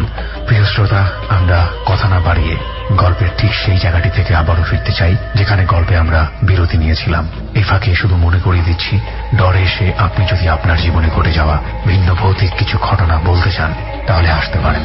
আমাদের ফোন নম্বরে ফোন করে আপনার অতিভৌতিক ঘটনার সংক্ষিপ্ত রেকর্ড করতে হবে। আমাদের ফোন নাম্বারটি হচ্ছে 09613892892। আমি আবারও বলছি 09613892892। এখানে ফোন করার পরে আপনি 3 চাপবেন। তারপর ফোন থেকে যে কথাগুলো আপনি শুনতে পাবেন সেই নির্দেশনা অনুযায়ী আপনি আপনার কথাগুলো রেকর্ড করবেন। ফিরছি আমরা যেখানটায় বিরতি নিয়েছিলাম ঠিক সেখান থেকেই। ডর। এটা আসলে নিয়ম আছে। অ্যালান বলতে, এটা অ্যাকচুয়ালি উর্দু একটা শব্দ। অ্যালান বলতে মানে হচ্ছে অ্যানাউন্সমেন্ট। তো অ্যানাউন্সমেন্ট করে দেওয়ার একটা নিয়ম থাকে এবং সচরাচর দেখা যায় যে মুয়াজ্জিম সাহেবদেরকে, ইমাম সাহেবদেরকে এসে বলা হয় যে এরকম আমরা অ্যালান করে দেন যাতে জানাজাতে যথেষ্ট পরিমাণ লোক হয়। জি জি। তো সেটা আপনাকে কেউ বলেনি, কিন্তু হঠাৎ করে জানাজার উদ্দেশ্যে 2 জন লোক আপনার কাছে আসে। তারপর আসে, তো তখন আমি বললাম যে ইমাম সাহেব নেই। তো আমাকে বললো তাহলে হুজুর আপনি চলেন। তখন আমি ভাবলাম যে জানাজা যেহেতু এটা মুসলমানের দায়িত্ব, এটা জানাজা পড়ানো যেহেতু ফরজে কেফায়া, আমি যদি না যাই, এইখানে যেহেতু ইমাম সাহেব নাই, এখন ইমাম সাহেব না থাকলে তো তার দায়িত্বটা আমাকে পালন করতে হবে। তো আমি তখন তাদের সাথে যাব, বললাম যে আচ্ছা ঠিক আছে। আমি তো শুয়ে পড়ছিলাম, তো আমি ওযুটা করিনি। তারা ওয়েট করলেন, আমার জন্য ওয়েট করলেন। তো আমি ওযু করলাম। ওযু করার পরে হাঁটতে হাঁটতে যখন বাড়িতে গেলাম, বাড়িতে যাওয়ার পরে আমার কেমন যেন ওনাদের দুজনের সাথে কেমন যেন লাগলো। অর্থাৎ ওখানে যাওয়ার পরেই বাড়িতে পা রাখার সঙ্গে সঙ্গে আমার কেমন যেন লাগলো, সেটা আমি বলে বোঝাতে পারছি না। চোখ কেমন যেন আস্তে আস্তে অন্ধকার, কানেও কেমন যেন কোনো কিছু আওয়াজ আসতেছে না। এমন অবস্থায় আমি ওইটা ইচ্ছা কিন্তু চোখ বন্ধ করে কিছুক্ষণ বসেছিলাম যাতে করে আমার আগের মতো ভালো হয়। তখন আমার জন্য একটা চেয়ার আনলো। চেয়ার আনার পরে বসেছিলাম। হ্যাঁ, বসলাম। বসার পর আমাকে বললো যে তো জানাজা পড়াতে হবে, কাপড় কাটতে হবে, এরকম কিছু নিয়ম কানুন জিজ্ঞাসা। আমি কিছু বললাম। তো তারপরে আমি জিজ্ঞাসলাম যে ইনি কে, কিভাবে মারা গেছে। তখন আমাকে একজন বলল যে ইনি আত্মহত্যা করছে, অর্থাৎ ফাঁসি নিয়ে মারা গেছে। এই কথা শোনার পর আমার, উনি ছেলে ছিলেন, কিন্তু কি জন্য মারা গেছে এটা আমি বলতে পারবো না। যে ওনার কথা শুনে আমার কেমন যেন ভয় একটা সৃষ্টি হলো। আমি তৎক্ষণাৎ জানাজা পড়াতে ইচ্ছুক না। আমি বললাম যে যেহেতু পাশে একটা মাদ্রাসা আছে, হাফিজিয়া মাদ্রাসা। তখন আমি বললাম যে হাফিজিয়া মাদ্রাসার মুহতামিম সাহেব অথবা অন্যান্য শিক্ষকদেরকে বললে ভালো হয়, যেহেতু জানাজার ব্যাপারটা মুরব্বীদেরকে পড়ালে অনেক ভালো হয়। তখন তখন মানে আপনি মতটা পাল্টে ফেললেন কেন? তখন আমার কেমন যেন ফাঁসি নেওয়ার কথা বলে কেমন যেন আমার ভয় লাগলো। এখানে কিছু বিতর্কিত কিছু ব্যাপার আছে। ওনার ভয়টাও যথেষ্ট পরিমাণ ঠিক। কারণ কি, অনেক সময় আমরা দেখেছি মানে গ্রামে গঞ্জে, হ্যাঁ আত্মহত্যা করে মারা গেছে, এর জানাজা কিভাবে হওয়া উচিত বা আদৌ হওয়া উচিত কিনা, এ ধরনের কিছু বিতর্ক মনে হয় গ্রামের দিকে হয়। জি হয়, তাই না? তো উনি যেটা করেছেন যে ওনার চেয়েও শিক্ষিত যেহেতু আশেপাশে মানুষ আছে এই লাইনে, সো উনি তাদের কথা বলেছেন। Fantastic decision. তারপর তারা বললো যে জি আপনার কথা ঠিক আছে, তো আমি ডেকে আনছি। তো এরপরে বলছিল যে একবার গেছিলাম, তারা আসলেন না। তখন আরো ভয় হইল যে তারা যদি না আসে, তারা তো আমার চেয়ে অনেক শিক্ষিত এবং তারা আমার শিক্ষক, আমি ওই মাদ্রাসায় লেখাপড়া করি।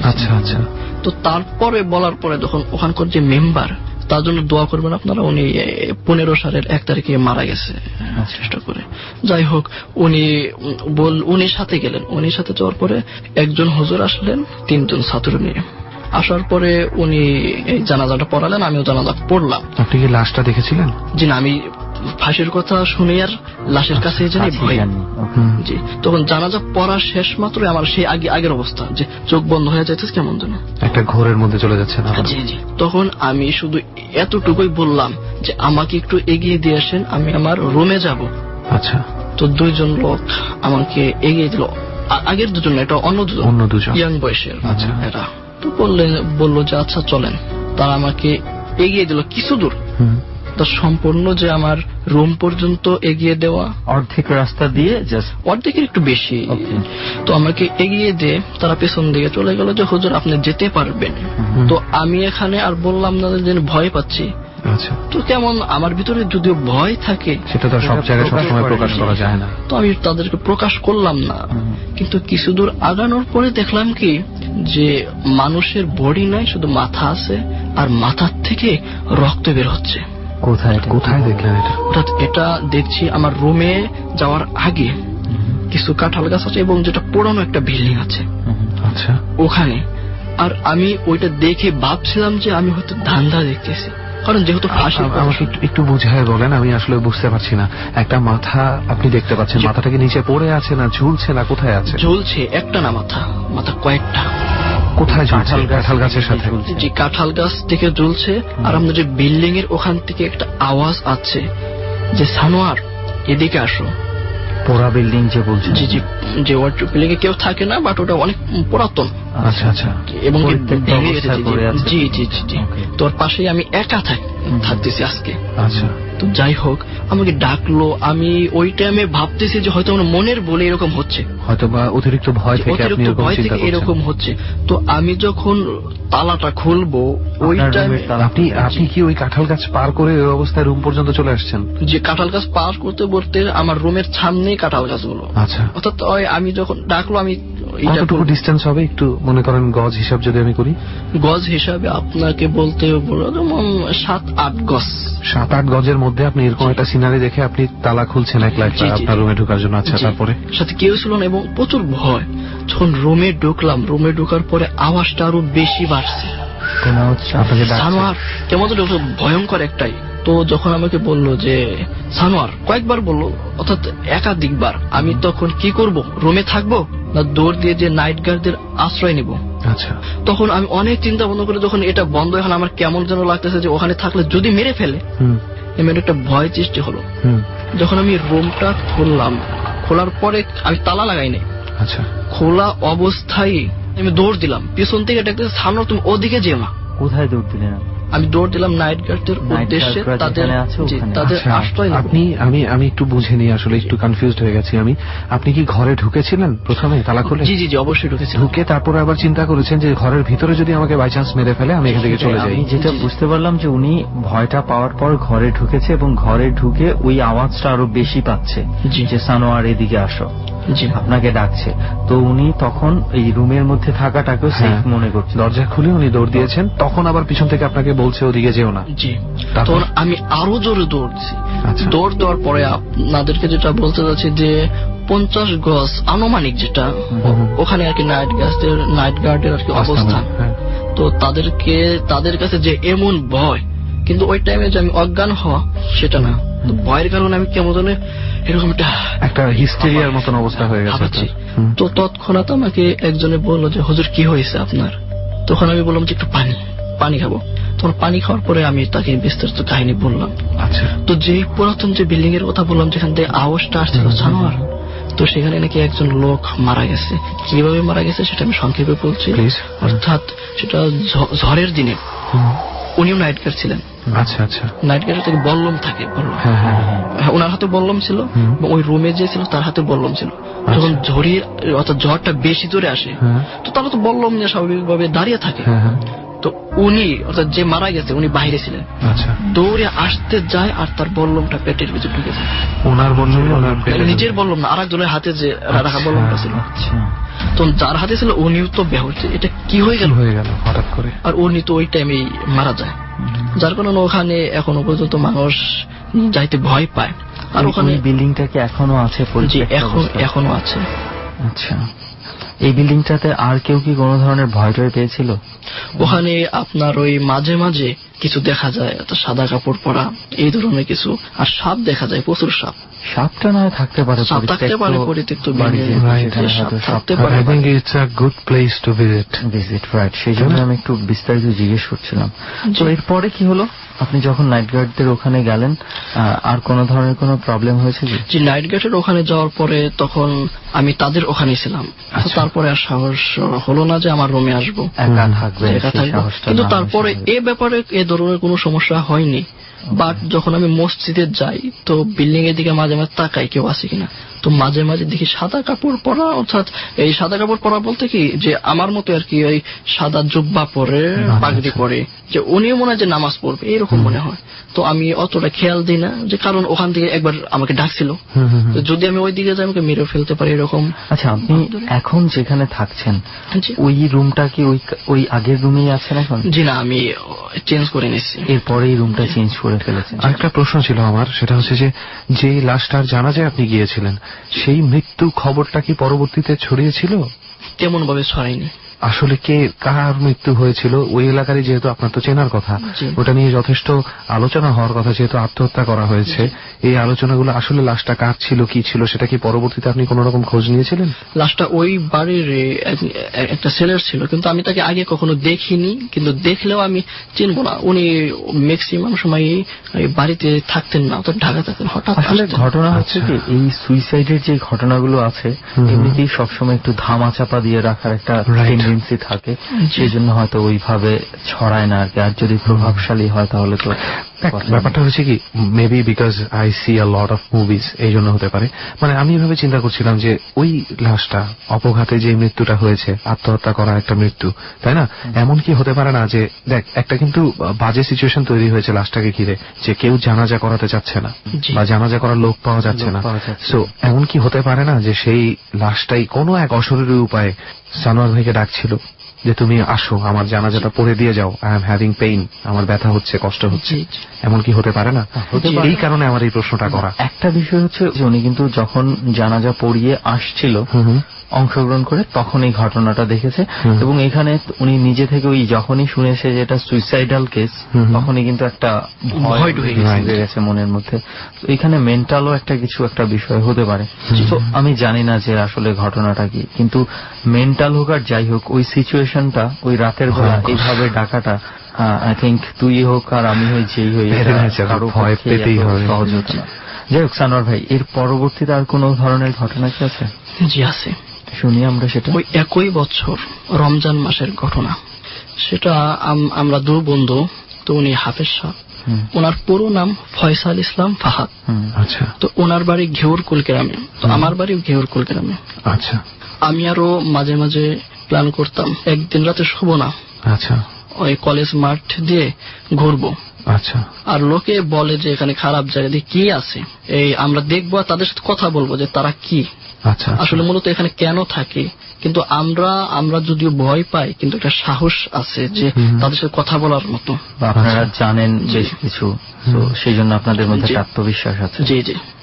তো একদিন যেটা ঘটলো সেটা তারাবির নামাজ শেষে আমি খাওয়া দাওয়া করে আমি আমার রুমে আসছি যে শুয়ে থাকবো, তো তৎক্ষণাৎ আমার দরজায় কেমন যেন নক দিল। তো আমি বললাম কে? বললো যে আমি ফয়সাল, আসো। আমাকে আসো এইভাবে বলে, যেহেতু আমার অত্যন্ত কাছের লোক। বললো যে যাবি না। আমি বললাম যে কোথায়? বলো যে কেন আগে বলছিলি যে ওই মাঠে যাবো, আজকে সারা রাত ঘুমাবো না। আচ্ছা আচ্ছা। তখন আমি বললাম যে আচ্ছা ঠিক আছে চলো। আমরা গেলাম, যাওয়ার পরে আমি মাঠ দিয়ে, ও আমার সাথে, কিন্তু এখানে একটা বিষয়, ও আমার যে একেবারে সাথে তাও কিন্তু না, একটু পাশে। তা আমার ওইরকম খেয়াল নাই যে আমি ওরে হাত ধরে যাবো, এই ধরনের কিন্তু প্ল্যান নাই। যেহেতু আমরা দুজনেই, আর দুজনেই যেহেতু নিজেদের মতোই আছি, তো কলেজ মাঠ দিয়ে হাঁটবে এরকম। ও আমার চেয়ে কিছুটা দূরে থাকে। কলেজ মাঠে অনেকক্ষণ হাঁটলাম, কিন্তু কথা বলি না, অর্থাৎ ওর সাথে যে কথা বলবো, ওর সাথে কথা বলার ওরকম প্রয়োজন মনে করি না। তো আমরা যার যার মতো রয়েছি।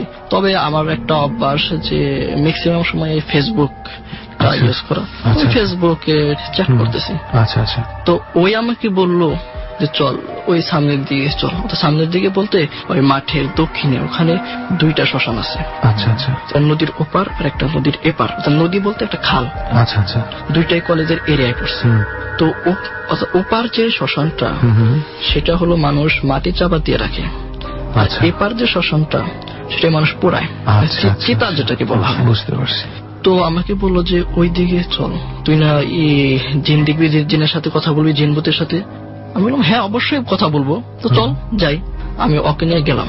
আচ্ছা যাওয়ার পরে যখন ওই খালের কাছাকাছি, ওই নদীর নাম নোয়াই নদী। আচ্ছা আমাদের ঘেউরকুল এলাকার লোক কিংবা আশেপাশে সকলে চিনে নোয়াই নদী নামে। আচ্ছা। ইতিহাসে আছে যে নদী একসময় অনেক বড় ছিল, আচ্ছা। এখন চেপে গেছে আর কি, খালের মতো হয়ে গেছে। যাই হোক আমি আরও রয়েছি, তো আগের মতোই কথা বলতেছি না। তো আরে যখন বললাম যে ওই তোর মোবাইল কো ফেসবুকে ঢুক, কোনো অ্যান্সার নাই। ভাবলাম আমার কোনো ব্যক্তিগত কোনো সমস্যা থাকতে পারে, তো কোনো কিছু বললাম না। এখন কিছুক্ষণ পরে ডাক দিল ফয়সাল বলে। কে ডাক দিল? অর্থাৎ ওপার থেকে, ওপারে যে শ্মশান, নদীর ওপার থেকে, মানে ওই খালের ওপার থেকে ডাকছে কেউ একজন? জি আচ্ছা। ফয়সাল বলে। মানে আপনার ফ্রেন্ডটাকে ডাকছে? যে আমার ফ্রেন্ডটাকে ডাকছে, আমাকে না। তো আমি আশ্চর্য বোধ করলাম যে আমাকে কেন ডাকলো না। আর আমি ওকে বলতেছি যে ফয়সাল অ্যান্সার কিন্তু দিস না।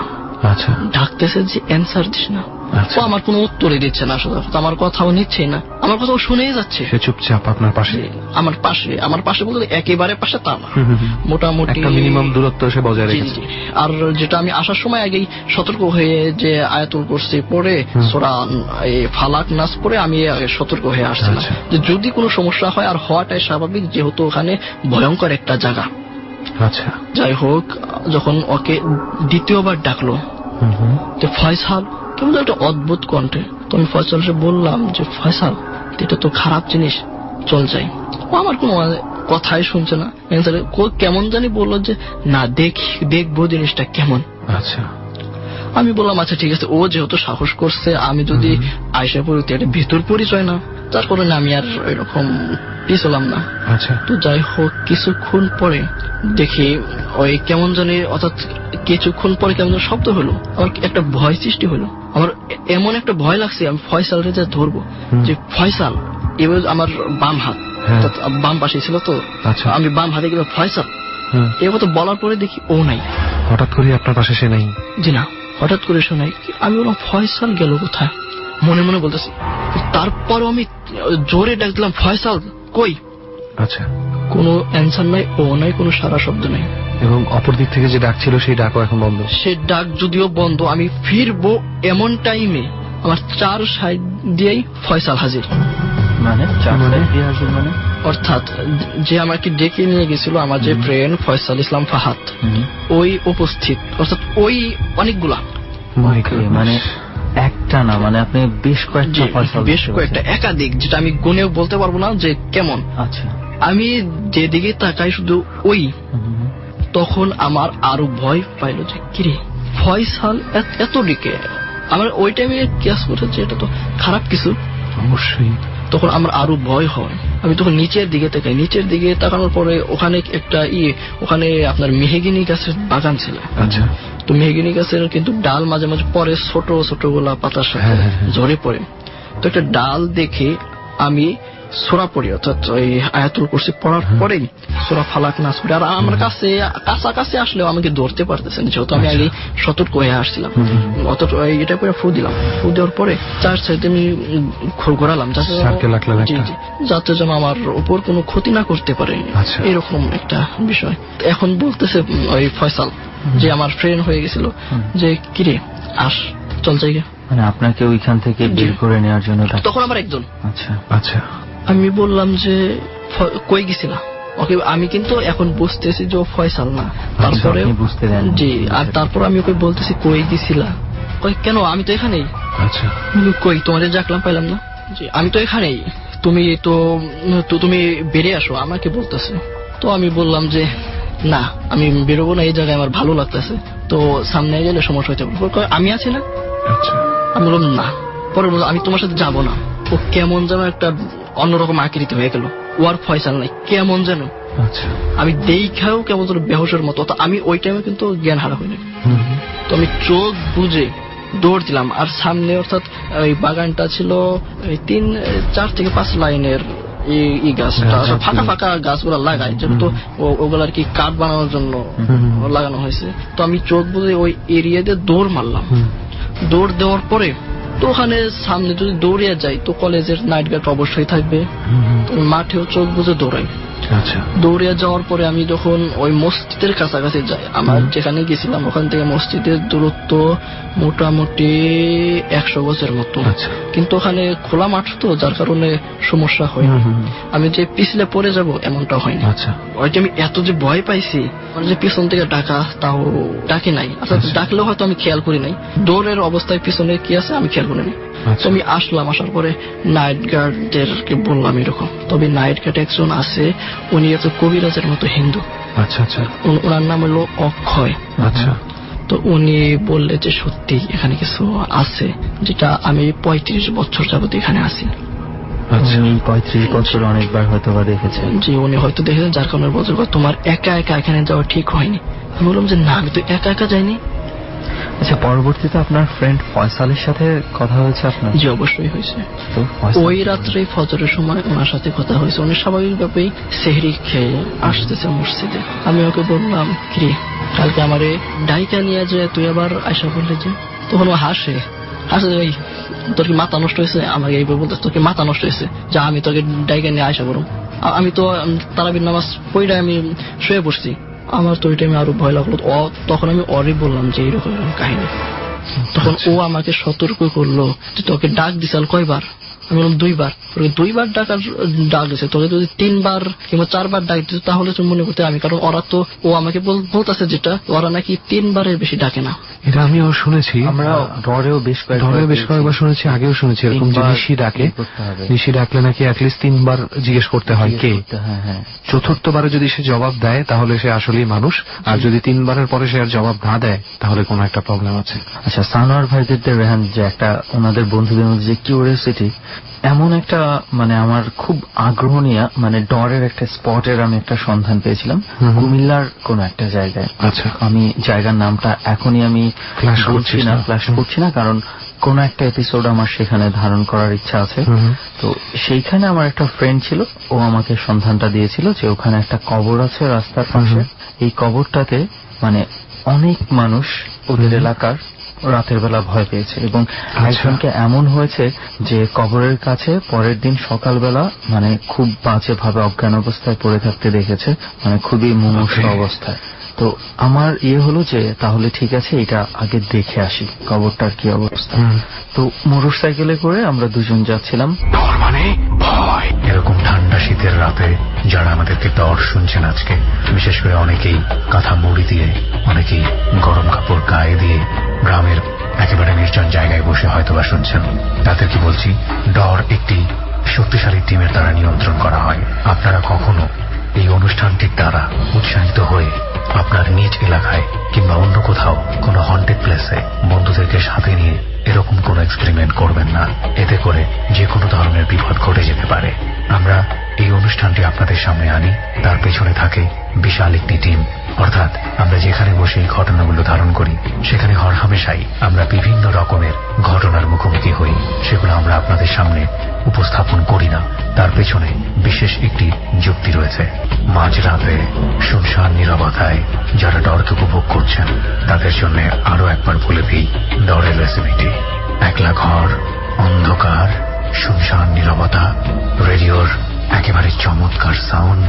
যদি সম্ভব হয় তাহলে জানালাটা হালকা করে খোলা রাখুন এবং উপভোগ করতে থাকুন বাংলাদেশে হন্টেড প্লেস ভিত্তিক প্রথম এবং একমাত্র ভৌতিক রেডিও অনুষ্ঠান ডর। আমরা ঠিক সেই জায়গাটিতে আবারও ফিরছি যেখানে ছোট্ট একটা বিরতি নিয়েছিলাম। তার আগে বলে নেই প্রিয় শ্রোতা, ডরের পুরো ফ্লেভারটুকু পেতে হলে চলে আসুন আমাদের ফেসবুক পেজে। আমাদের ফেসবুকের ঠিকানা www.facebook.com/ABC Radio FM 89.2। ডর। আমার হলো যে তাহলে ঠিক আছে, এটা আগে দেখে আসি কবরটার কি অবস্থা। তো মোটর সাইকেলে করে আমরা দুজন যাচ্ছিলাম। বিশ্বাস কর মানে তখন প্রায় সন্ধ্যা হয়ে গেছে। আচ্ছা, কবরটার কাছাকাছি যখন যাব সিরিয়াসলি আমার আর সাহস হয়নি। মানে আচ্ছা। যে ঘটনাগুলো ওর কাছে শুনেছি এবং কবরটার যে ধরনের বর্ণনা ও দিয়েছে, কাছাকাছি যাওয়ার পর আমার কিউরিওসিটি আসলে দমে গেছে। মনে হচ্ছে না কোনো একটা টিম নিয়ে খুব ভালোভাবে প্রিপারেশন নিয়েই ওখানে যাওয়া উচিত। সো এটাই আর কি একটু বলতে যাচ্ছিলাম যে এরকম কিউরিওসিটি নিয়ে হুটহাট যেখানে খুশি সেখানে যদি চলে যাই, যে কোনো কিছুর ঘটনার সম্মুখীন হইতে। এক্স্যাক্টলি, এটা মনে হয় উচিত না কারোই। ওকে সানোয়ার ভাই, অনেক ধন্যবাদ যে সানোয়ার ভাইয়ের কাছ থেকে আমরা বেশ কয়েকটা বেশ ইন্টারেস্টিং ঘটনা পেয়েছি। এবং আমার খুবই ইচ্ছা হচ্ছে সেই জায়গাটাতে যাব, ওই যে পুরনো যে বাড়িটা, জি জি জি, যেখানে মানে অপঘাতে মৃত্যু হয়েছে একজন নাইট গার্ডের। আমাদের নাগরপুরে অনেক পুরাতন বাড়ি আছে, যেটা আপনারা শুনছেন কিনা জানি না, জমিদার বাড়ি, এই ধরনের পুরাতন বাড়ি আছে। আসলে পুরাতন বাড়ির মধ্যে কোনো একটা কিছু ব্যাপার আছে। আজকে সানোয়ার ভাইয়ের গল্প শুনে আমার একটা ঘটনা মনে পড়ে গেল। এটা আমার নিজের সাথে ঘটেনি, আমার দূর সম্পর্কের এক মামার সাথে ঘটে। ওনার নাম হচ্ছে লিমন। তো উনি কোনো একজন পীরের অতিরিক্ত ভক্ত, এবং সেই পীর হচ্ছে ওই রকম কিছু না যে তোকে আমি এত টাকার বিজনেস দিয়ে দিব, তোর চাকরি হয়ে যাবে, এই ধরনের না। উনি জাস্ট একজন শিক্ষা গুরুর মতন অনেক কিছু ধর্ম বিষয় উনি শেখাতে পছন্দ করেন। যারা ওনাকে ভালোবাসে গিয়ে তার কাছে বসে শোনে এরকম। তো তার সাথে দেখা করতেই কোন এলাকায় কি আমি এটা বলবো না, কারণ উনি লুকায়িত থাকতেই পছন্দ করেন। উনি চায় না ওনাকে বেশি মানুষ চিনুক, ওনার হাজার হাজার ভক্তবৃন্দর ওনার দরকার নেই। ওনার কথা হচ্ছে এরকম। তো সামহাও আমার মামার সাথে ওনার পরিচয় হয়। পরিচয় হওয়ার পরে বলে যে দেখো বাবা, তুমি তো আমার কাছে আসছো, তুমি তো আমাকে পছন্দ করো, কিছু সমস্যা তোমার হতে পারে, খুব সাবধানে থেকো, ভয় পাওয়ার কিছু নেই। ওনার কাছে যখন থাকতে গেল উনি, কোন এক রাতে ওই গ্রামেরই আরেকটা বাড়িতে তার স্থান হলো। বাড়িটা অনেক পুরনো একটা বাড়ি, জমিদার বাড়ি, অনেকগুলো রুম। তো সেখানে সবকিছুই একসময় ভালো রকম জমিদারি ছিলেন তারা। তো সেরকম একটা খাটে, যেই খাটে ওনাকে শুতে দেওয়া হয়, সেই খাটটা আসলে খাট না, পালঙ্ক। তখনকার আমলের ছোট 3টা সিঁড়ি দিয়ে উপরে উঠতে হয় খাটে, এই ধরনের এক ধরনের খাট ছিল। তো হ্যাঁ, উঁচু খাট। তো সেরকম একটা খাটে ওনাকে শুতে দেওয়া হয়, একতলাতে উনি শুয়ে। তো গভীর রাত্রেবেলা উনি হঠাৎ করে স্বপ্নে দেখছেন যে ওনাকে একজন বুড়ো মতন মানুষ বলছে যে তোমার এই গ্রামে থাকাটা ঠিক না। তো বুড়ো লোকটা পুরোপুরি কালো কাপড়ে আবৃত, হ্যাঁ, তার মাথার চুলের অনেক জট, ঠিক আছে, লাল সাদা বিভিন্ন রকম কাপড় বাঁধা, পাগল পাগল লাগছে দেখতে, এরকম একটা লোক। কিন্তু তার চোখগুলো অদ্ভুত টকটকে লাল এবং চোখে কোনো মনি নেই। হ্যাঁ, তুমি এই স্বপ্নটা দেখে উনি ধরবর করে ঘুম ভেঙে উঠে উনি যখন সামনে তাকায়, সামনের জানালাটা খোলা, যেটা উনি বন্ধ করে শুয়েছিলেন, সেই জানালায় ওই লোকটা দাঁড়িয়ে আছে এবং তার দিকে তাকিয়ে হাসছে। উনি এতটা বেশি ভয় পায়, গভীর রাতে ওইখানে আর কেউ নেই, উনি কি করবে বুঝতে পারছে না। উনি মনে মনে যে অত সূরা জানে পড়ার চেষ্টা করে অনেকক্ষণ চোখ বন্ধ করে রাখে, আবার চোখ খুলে দেখলো যে না, that thing is still over দেয়ার।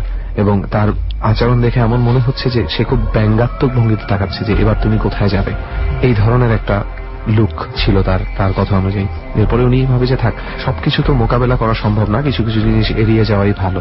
তো উনি যেটা করে, উনি কলেমা পড়তে পড়তে পাশ ফিরে শোয়ার চেষ্টা করে। পাশ ফিরে শুতে গিয়ে প্রথমে টের পায় তার শরীরে কোনো শক্তি নেই, সে নড়তেই পারছে না। এই অবস্থায় তার মনে হয় তাকে বোবা ধরা টাইপের কোনো ব্যাপার হয়েছে, যে কারণে এরকম উদ্ভট স্বপ্ন সে দেখছে। অনেক কষ্টে নিজের ভিতরে শক্তিটা কোনোভাবে সঞ্চয় করে সে পাশ ফিরে, পাশে আরেকটা জানলা, সেই জানলাটা খোলা, সেখানে ওই ভদ্রলোক দাঁড়িয়ে আছে। এবারে তার আর কোনো মাথা ঠিক থাকে না, সে চিৎকার করার চেষ্টা করে, কোনো চিৎকার বের হয় না। পরের দিন দুপুরে 1টা-1:30টার দিকে তাকে অনেক কষ্ট করে দরজা ধাক্কিয়ে ঘুম থেকে ভাঙিয়ে ওঠানো হয়। ওটা কি ছিল না ছিল সেটা সে জানে না। এবং সেই একই জায়গায় তার 2 বছর পরে আরো ভয়ঙ্কর একটা ঘটনা ঘটে, যখন ওই এলাকায় একটা বিয়ে খেতে উনি যায়। ওই এলাকাতেই, ওনাদেরই গ্রামের বাড়ির দিকে। ওই ঘটনাটা আরো ভয়ঙ্কর। ওই একই রুমে আবারও ওনার থাকতে হয়, এবং থাকতে গিয়ে উনি থাকতে চায় না। ওনার একটা ফ্রেন্ডকে সাথে নিয়ে থাকার প্ল্যান ছিল, বাট সেই ফ্রেন্ডেরই আত্মীয়ের বিয়ে, সে খুব ব্যস্ত। তো বলে যে তুই ঘুমা, আমি আসছি। তো রাত্রে যখন 2:30-3টা বাজে, তখন তার ঘুম ভাঙলো। ঘুম ভেঙেই তার প্রথমে সে ভয়ে চোখ করে নি, কারণ তার মনে হয়েছে আবার সেই জানলা খোলা দেখবে, আবার সেই লোকটাকে দেখবে। অনেক কষ্টে সাহস করে সূরা পড়তে পড়তে সে চোখ খোলার পরে দেখেছে না, জানলা টানলা বন্ধ আছে, কিন্তু এক বাচ্চার কান্না শোনা যাচ্ছে। তো তার ভয় লাগে, সে নিচে তাকায় খাট থেকে, খাটে ঠিক সিঁড়িটা যেখানে, সেখানে একটা বাচ্চা ওঠার চেষ্টা করছে এবং কাঁদছে। এবং বাচ্চাটা খুবই ফর্সা বলতে উজ্জ্বলতা, একরকম তার ভিতর থেকে আলো ঠিকরে বেরোচ্ছে, এমন একটা ব্যাপার। তো রাত্রে ওখানে হারিকেন একটা জ্বালানোই থাকে সবসময় সাপখোপের ভয়ে। তো ওই আলোতে বাচ্চাটাকে দেখা যাচ্ছে এবং বাচ্চাটা কাঁদছে। তো তার তখন ভয়টা কেটে যায় যে কোনো একটা বাচ্চা বিয়ে বাড়ি হয়তো কাঁদতে কাঁদতে চলে আসছে এখানে, এখন কি করবে, হয়তো পাশের রুমে দিয়ে আসতে হবে বা আশেপাশে কোথাও দিয়ে আসতে হবে। তো সে তার বন্ধুকে কয়েকবার জোরে জোরে ডাকে, কিন্তু কেউ শুনতে পায় না। তো সে যেটা করে, সে হচ্ছে বাচ্চাটাকে কোলে নেওয়ার জন্য আগায়। তো বাচ্চাটার হাত ধরে যখন সে বাচ্চাটাকে একটু উপর দিকে আনতে নেয়, হাতটা খুলে তার হাতে চলে আসে। এবং তখন বাচ্চাটা তার দিকে তাকিয়ে হাসছে, বিকট জোরে বড়দের গলায় হাসছে, এবং ওইখানেই তিনি অজ্ঞান হয়ে যান। এখন পর্যন্ত ওই গ্রামে আর কখনো তিনি যাননি। আসলে মানে থিংস হ্যাপেন। আচ্ছা যাই হোক, তুই যখন এই ঘটনাটা বলছিলি মানে ওই পুরনো বাড়ির কথা মনে হতে মানে আমার একটা ঘটনার কথা মনে পড়েছে। আই থিঙ্ক এখন ঘটনাটা না বলি, কোন একটা সময় হয়তোবা আজকেই হয়তোবা অন্য কোনো দিন ঘটনাটা বলবো। একটা পুরনো বাড়িকে মানে পুরনো বাড়িকে ঘিরে, এবং এটা হচ্ছে আমার মামা বাড়ি যেখানে, ওখানে প্রচুর জমিদার বাড়ি আছে, পরিত্যক্ত অনেক দালান কোঠা রয়েছে। তো সেখানেই কোনো একটা পরিত্যক্ত বাড়িতে ঘটনাটা ঘটেছে। তো কোন একদিন এই ঘটনাটা অবশ্যই বলবো। আজকে আমরা আমাদের অনেক অনেক শ্রোতা বন্ধু আছে যারা আমাদের মুখ থেকেও অনেক গল্প শুনতে চায়। এই ঘটনাটা আমার হঠাৎ পুরনো বাড়ির কথা বলাতে মনে পড়েছে, ওই ঘটনাতে আমি ছিলাম, আমার মামা ছিল। ঘটনাটা জাস্ট এখন মনে হওয়ার পরে মানে আমি নিজেই ভয় পাচ্ছি যে ঘটনা এমন একটা ঘটেছিল। যাই হোক, কোনো একদিন এই স্টোরিটা অবশ্যই ওয়েট করুক আমাদের শ্রোতা বন্ধুরা, পরে এক সময় অবশ্যই শুনবো আমরা। ওকে, আমরা নেক্সট স্টোরিতে যাই। রাইট, থ্যাংক ইউ সানোয়ার ভাই। চলুন আরেকটা গল্প শুনি আমরা এখন। রবিন ভাই, রাইট? জি। ওকে রবিন ভাই, আপনি কোথায় থাকেন, কি করেন, একটু পরিচয়টা জানি আপনার। আমি মুগ্ধাপাড়া থাকি। আমি ইন্টার ফার্স্ট ইয়ারে মানবিক শাখার স্টুডেন্ট। ওকে, সমস্ত ঠিকানা একবারে দিয়ে দিয়েছেন। আচ্ছা রবিন ভাই, আমরা ডট টিমের কাছে যেটা শুনেছি যে আপনার কাছে বেশ কয়েকটা ঘটনা আছে। তো প্রথমে আমার যে ঘটনাটা একটু শোনার জন্য কিউরিওসিটি আছে, একটা আপনি খুব সম্ভবত আপনার নানার কাছ থেকে শুনেছিলেন কিছু একটা ঘটনা। তো এই ঘটনাটা কি একটু আমরা জানি। আমি আমার নানার কাছ থেকে শুনছি যে আজ থেকে 54 সনের কাহিনী, 1954 সালে সনের কাহিনী। আচ্ছা। তো আমার নানা ভাগিনা আবুল কাশেম, সে আর্মিতে জব করতো, আর্মিতে ট্রেনিং করতো। তো সে আর্মিতে চাকরি করতো। ওকে। তো গ্রীষ্মের বন্ধতে সে গ্রামের বাড়িতে বেড়াতে যায়। গ্রামের বাড়িতে বেড়াতে যাওয়ার পর দুপুরে খাওয়া দাওয়া করে সাধারণত মানুষ বিশ্রাম নিতে যায়। গ্রামের মধ্যে সাধারণত এটা হয়। তখন তো মনে হয় কারেন্টও ছিল না। না, কারেন্ট ছিল না, তখনকার অনেক আগের কথা। তো বিশ্রাম নিতে তার বাড়ির দক্ষিণ সাইড একটা বেঞ্চ ছিল। মানে কিসের বেঞ্চ? বাঁশের। ওকে। আর জায়গাটা কেমন ছিল যেখানে বেঞ্চটা ছিল? বাড়িটা খুবই জঙ্গল, গাছগাছালি, সামনে বিশাল জমি। ওকে। তো বেঞ্চটা যেখানে ছিল সেখানে আশেপাশে গাছ চতুর্দিকে, এবং সামনের অংশটাতে খোলা জমিন, এরকম একটা জায়গায় বাঁশ দিয়ে বানানো একটা বেঞ্চ ছিল। ওকে। সে বিশ্রাম নিতে এক পর্যায়ে সে ঘুমিয়ে যায় ওটার মধ্যে। ঘুমায় যায়। তো সন্ধ্যার আজান দিবে ভাব, মানে ঘুমের মধ্যে কি মানে সন্ধ্যা হয়ে গেছে, এতক্ষণ ঘুমিয়ে গেছে। জি। আচ্ছা। তো সে ফিল করতেছে যে তার পাশে একজন শোয়া আছে বা লড়াচড়া করতেছে, কিন্তু তার শরীরে পশম। আচ্ছা, মানে যে জিনিসটা নড়াচড়া করছে সেই জিনিসটা শরীরে পশম। ওকে। তো সে ডান কাঁধে শোয়া ছিল, সে এক পর্যায়ে বাম কাঁধে চলে যায়। বাম কাঁধে চলে যায়, তার বাম হাতের বগলের নিচে সে জিনিসটাকে আটকে ধরে। আচ্ছা। আটকে ধরার পর তারা এক পর্যায়ে ধস্তাধস্তি শুরু করে। তো তার ভাই পুষ্করণী পাড় থেকে হাত মুখ ধুয়ে উঠতেছিল। তো মানে যে বিশ্রাম নিচ্ছিল তার ভাই ওই সময় পুষ্করণীর পাড়ে গিয়েছিল কোন একটা কাজে। জি। আচ্ছা। সে টের পেল বাড়ির দক্ষিণ সাইড থেকে যেমন কেমন একটা আওয়াজ আসছে। আচ্ছা আচ্ছা। তো তার ভাই জিজ্ঞেস করে ওখানে কে রে? তো তার ভাই, তার ছোট ভাই বলতেছে, আবুল কাশেম বলতেছে, ভাই আমি ধরছি, এদিকে আসেন। তো কি ধরছো? তো আসতেছি। তো দেখেন এই ধরছি। কি ধরছো? দেখেন বগলে ধারে নাকি কিচ্ছু নেই। তো তার ভাই বুঝতে পারে ব্যাপারটা। তো জিজ্ঞেস করে যে তখন কি ওই জায়গার মধ্যে কিছু মানে ধস্তাধস্তি করলে তো একটা চিহ্ন থাকে। হ্যাঁ, মাটি উলট পালট, পাতা গাছের পাতা ভেঙে গেছে। আচ্ছা। তারপর তার ভাই বুঝতে পারে ব্যাপারটা, ভয় পেয়েছে না, কিসে ভয় পাবো? তো সে আবার তো আর্মি ট্রেনিং ছিল, অনেক বুদ্ধিমান ছিল। তো সে আচ্ছা ঠিক আছে তুই বাসায় যা, আমি তো তাকে কয়লা পোড়া আর দাও গরম দিয়ে তাই পানি খাওয়ায় না, আর রাত্রিবেলা কোন মাছ খাওয়ার নেই। তার পরের দিন সকালে সে মাওলানার কাছে যায় বাড়ি। আচ্ছা। তো মাওলানাকে ব্যাপারটা বলে, সে বলেছে আমি মাগরিব আজানের পর তোমাদের বাড়িতে যাব। তো মাগরিব আজানের পর সে মাওলানা বাড়িতে যায়, জিজ্ঞেস করে যে আচ্ছা আমাকে 4 জন সাহসী যুবক দিতে হবে। আচ্ছা। আর একটা কথা, বাড়ির সব দরজা জানলা বন্ধ করে দিবেন, কারণ যে জিনিসটাকে হাজির করা হবে সেই জিনিসটা কোন রূপে আসে সে তো বলা যায় না। তো আচ্ছা, সবাই বাড়ির দরজা জানলা লাগাই দেয়। তো ওই 4 জন যে কখন?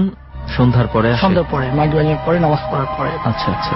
তো 4 জন যুবককে বলে তোমার হাতে শিকল বাঁধো, শিকল বাঁধে গোল হয়ে দাঁড়াও, কিন্তু তোমাদের সামনে অনেক কিছু আসবে, তোমরা কখনো ভয় পাবে না। ওই গোলের মধ্যে, চক্করের মধ্যে জায়নামাজ বিছিয়ে বসে মৌলবী।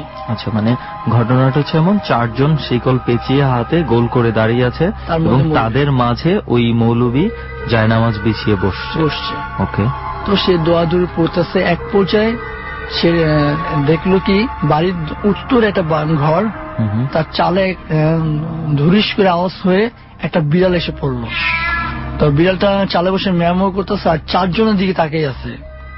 তো 4 জনকে আবার হুজুর বলল যে তোমরা কখনো ভয় পেও না, তোমাদের যেখানে শিকল বাঁধছ সে হাতের উপরে এসে পড়বে, কিন্তু তোমাদের কোনো ক্ষতি হবে না, এমনকি তোমাদের পায়ের সামনে এসে পড়তে পারে, কিন্তু কোনো ক্ষতি করবে না। আচ্ছা ঠিক আছে। তারাও চিন্তা করলো হুজুর তো সাথে আছে, কোনো ভয় নেই। যখন হুজুর দোয়াদুর পাঠ করলো ওই হাতের শিকল এসে পড়লো বিড়ালটা। এক পর্যায়ে মধ্যে গেল, মধ্যে যে পায়ের সামনে এসে গড়াগড়ি খেতেছে। তো তারা কিছুতেই পাও সরায় না, আর পাও সরালে কিন্তু ওটাকে আটকানো রাখা যাবে না। তো অনেকক্ষণ পর জিজ্ঞাসা করতেছে হুজুর যে কতদিন ধরে বাড়িতে থাকো? আমি এই বাড়িতে 100 বছর ধরে থাকি। বিড়ালটা কথা বলতেছে, তত এখন যেতে হবে, আমি তো যাব না, আর আমাকে এখান থেকে তাড়াতেও পারবি না। তো হুজুর বুঝতে পারছে জিনিসটাকে তাড়ানো সম্ভব না। তো বাড়ির লোকজনকে জিজ্ঞাসা করতেছে আচ্ছা জিনিসটা তো তাড়ানো সম্ভব না, তাহলে আপনারা এক কাজ করেন, আপনাদের বাড়ির কোন সাইডটা আছে যে সাইডটা আপনারা মানুষ চলাচল করে না? আচ্ছা, আমাদের উত্তর সাইডটা তো প্রচন্ড জঙ্গল, ওখানে তো মানুষ আসা যাওয়া করে না, উত্তর সাইডটা দেন। তো উত্তর সাইডে বেসিক্যালি একটা গাব গাছ ছিল বিশাল, সেই গাব গাছটা ওকে আশ্রয় দিতে পারে।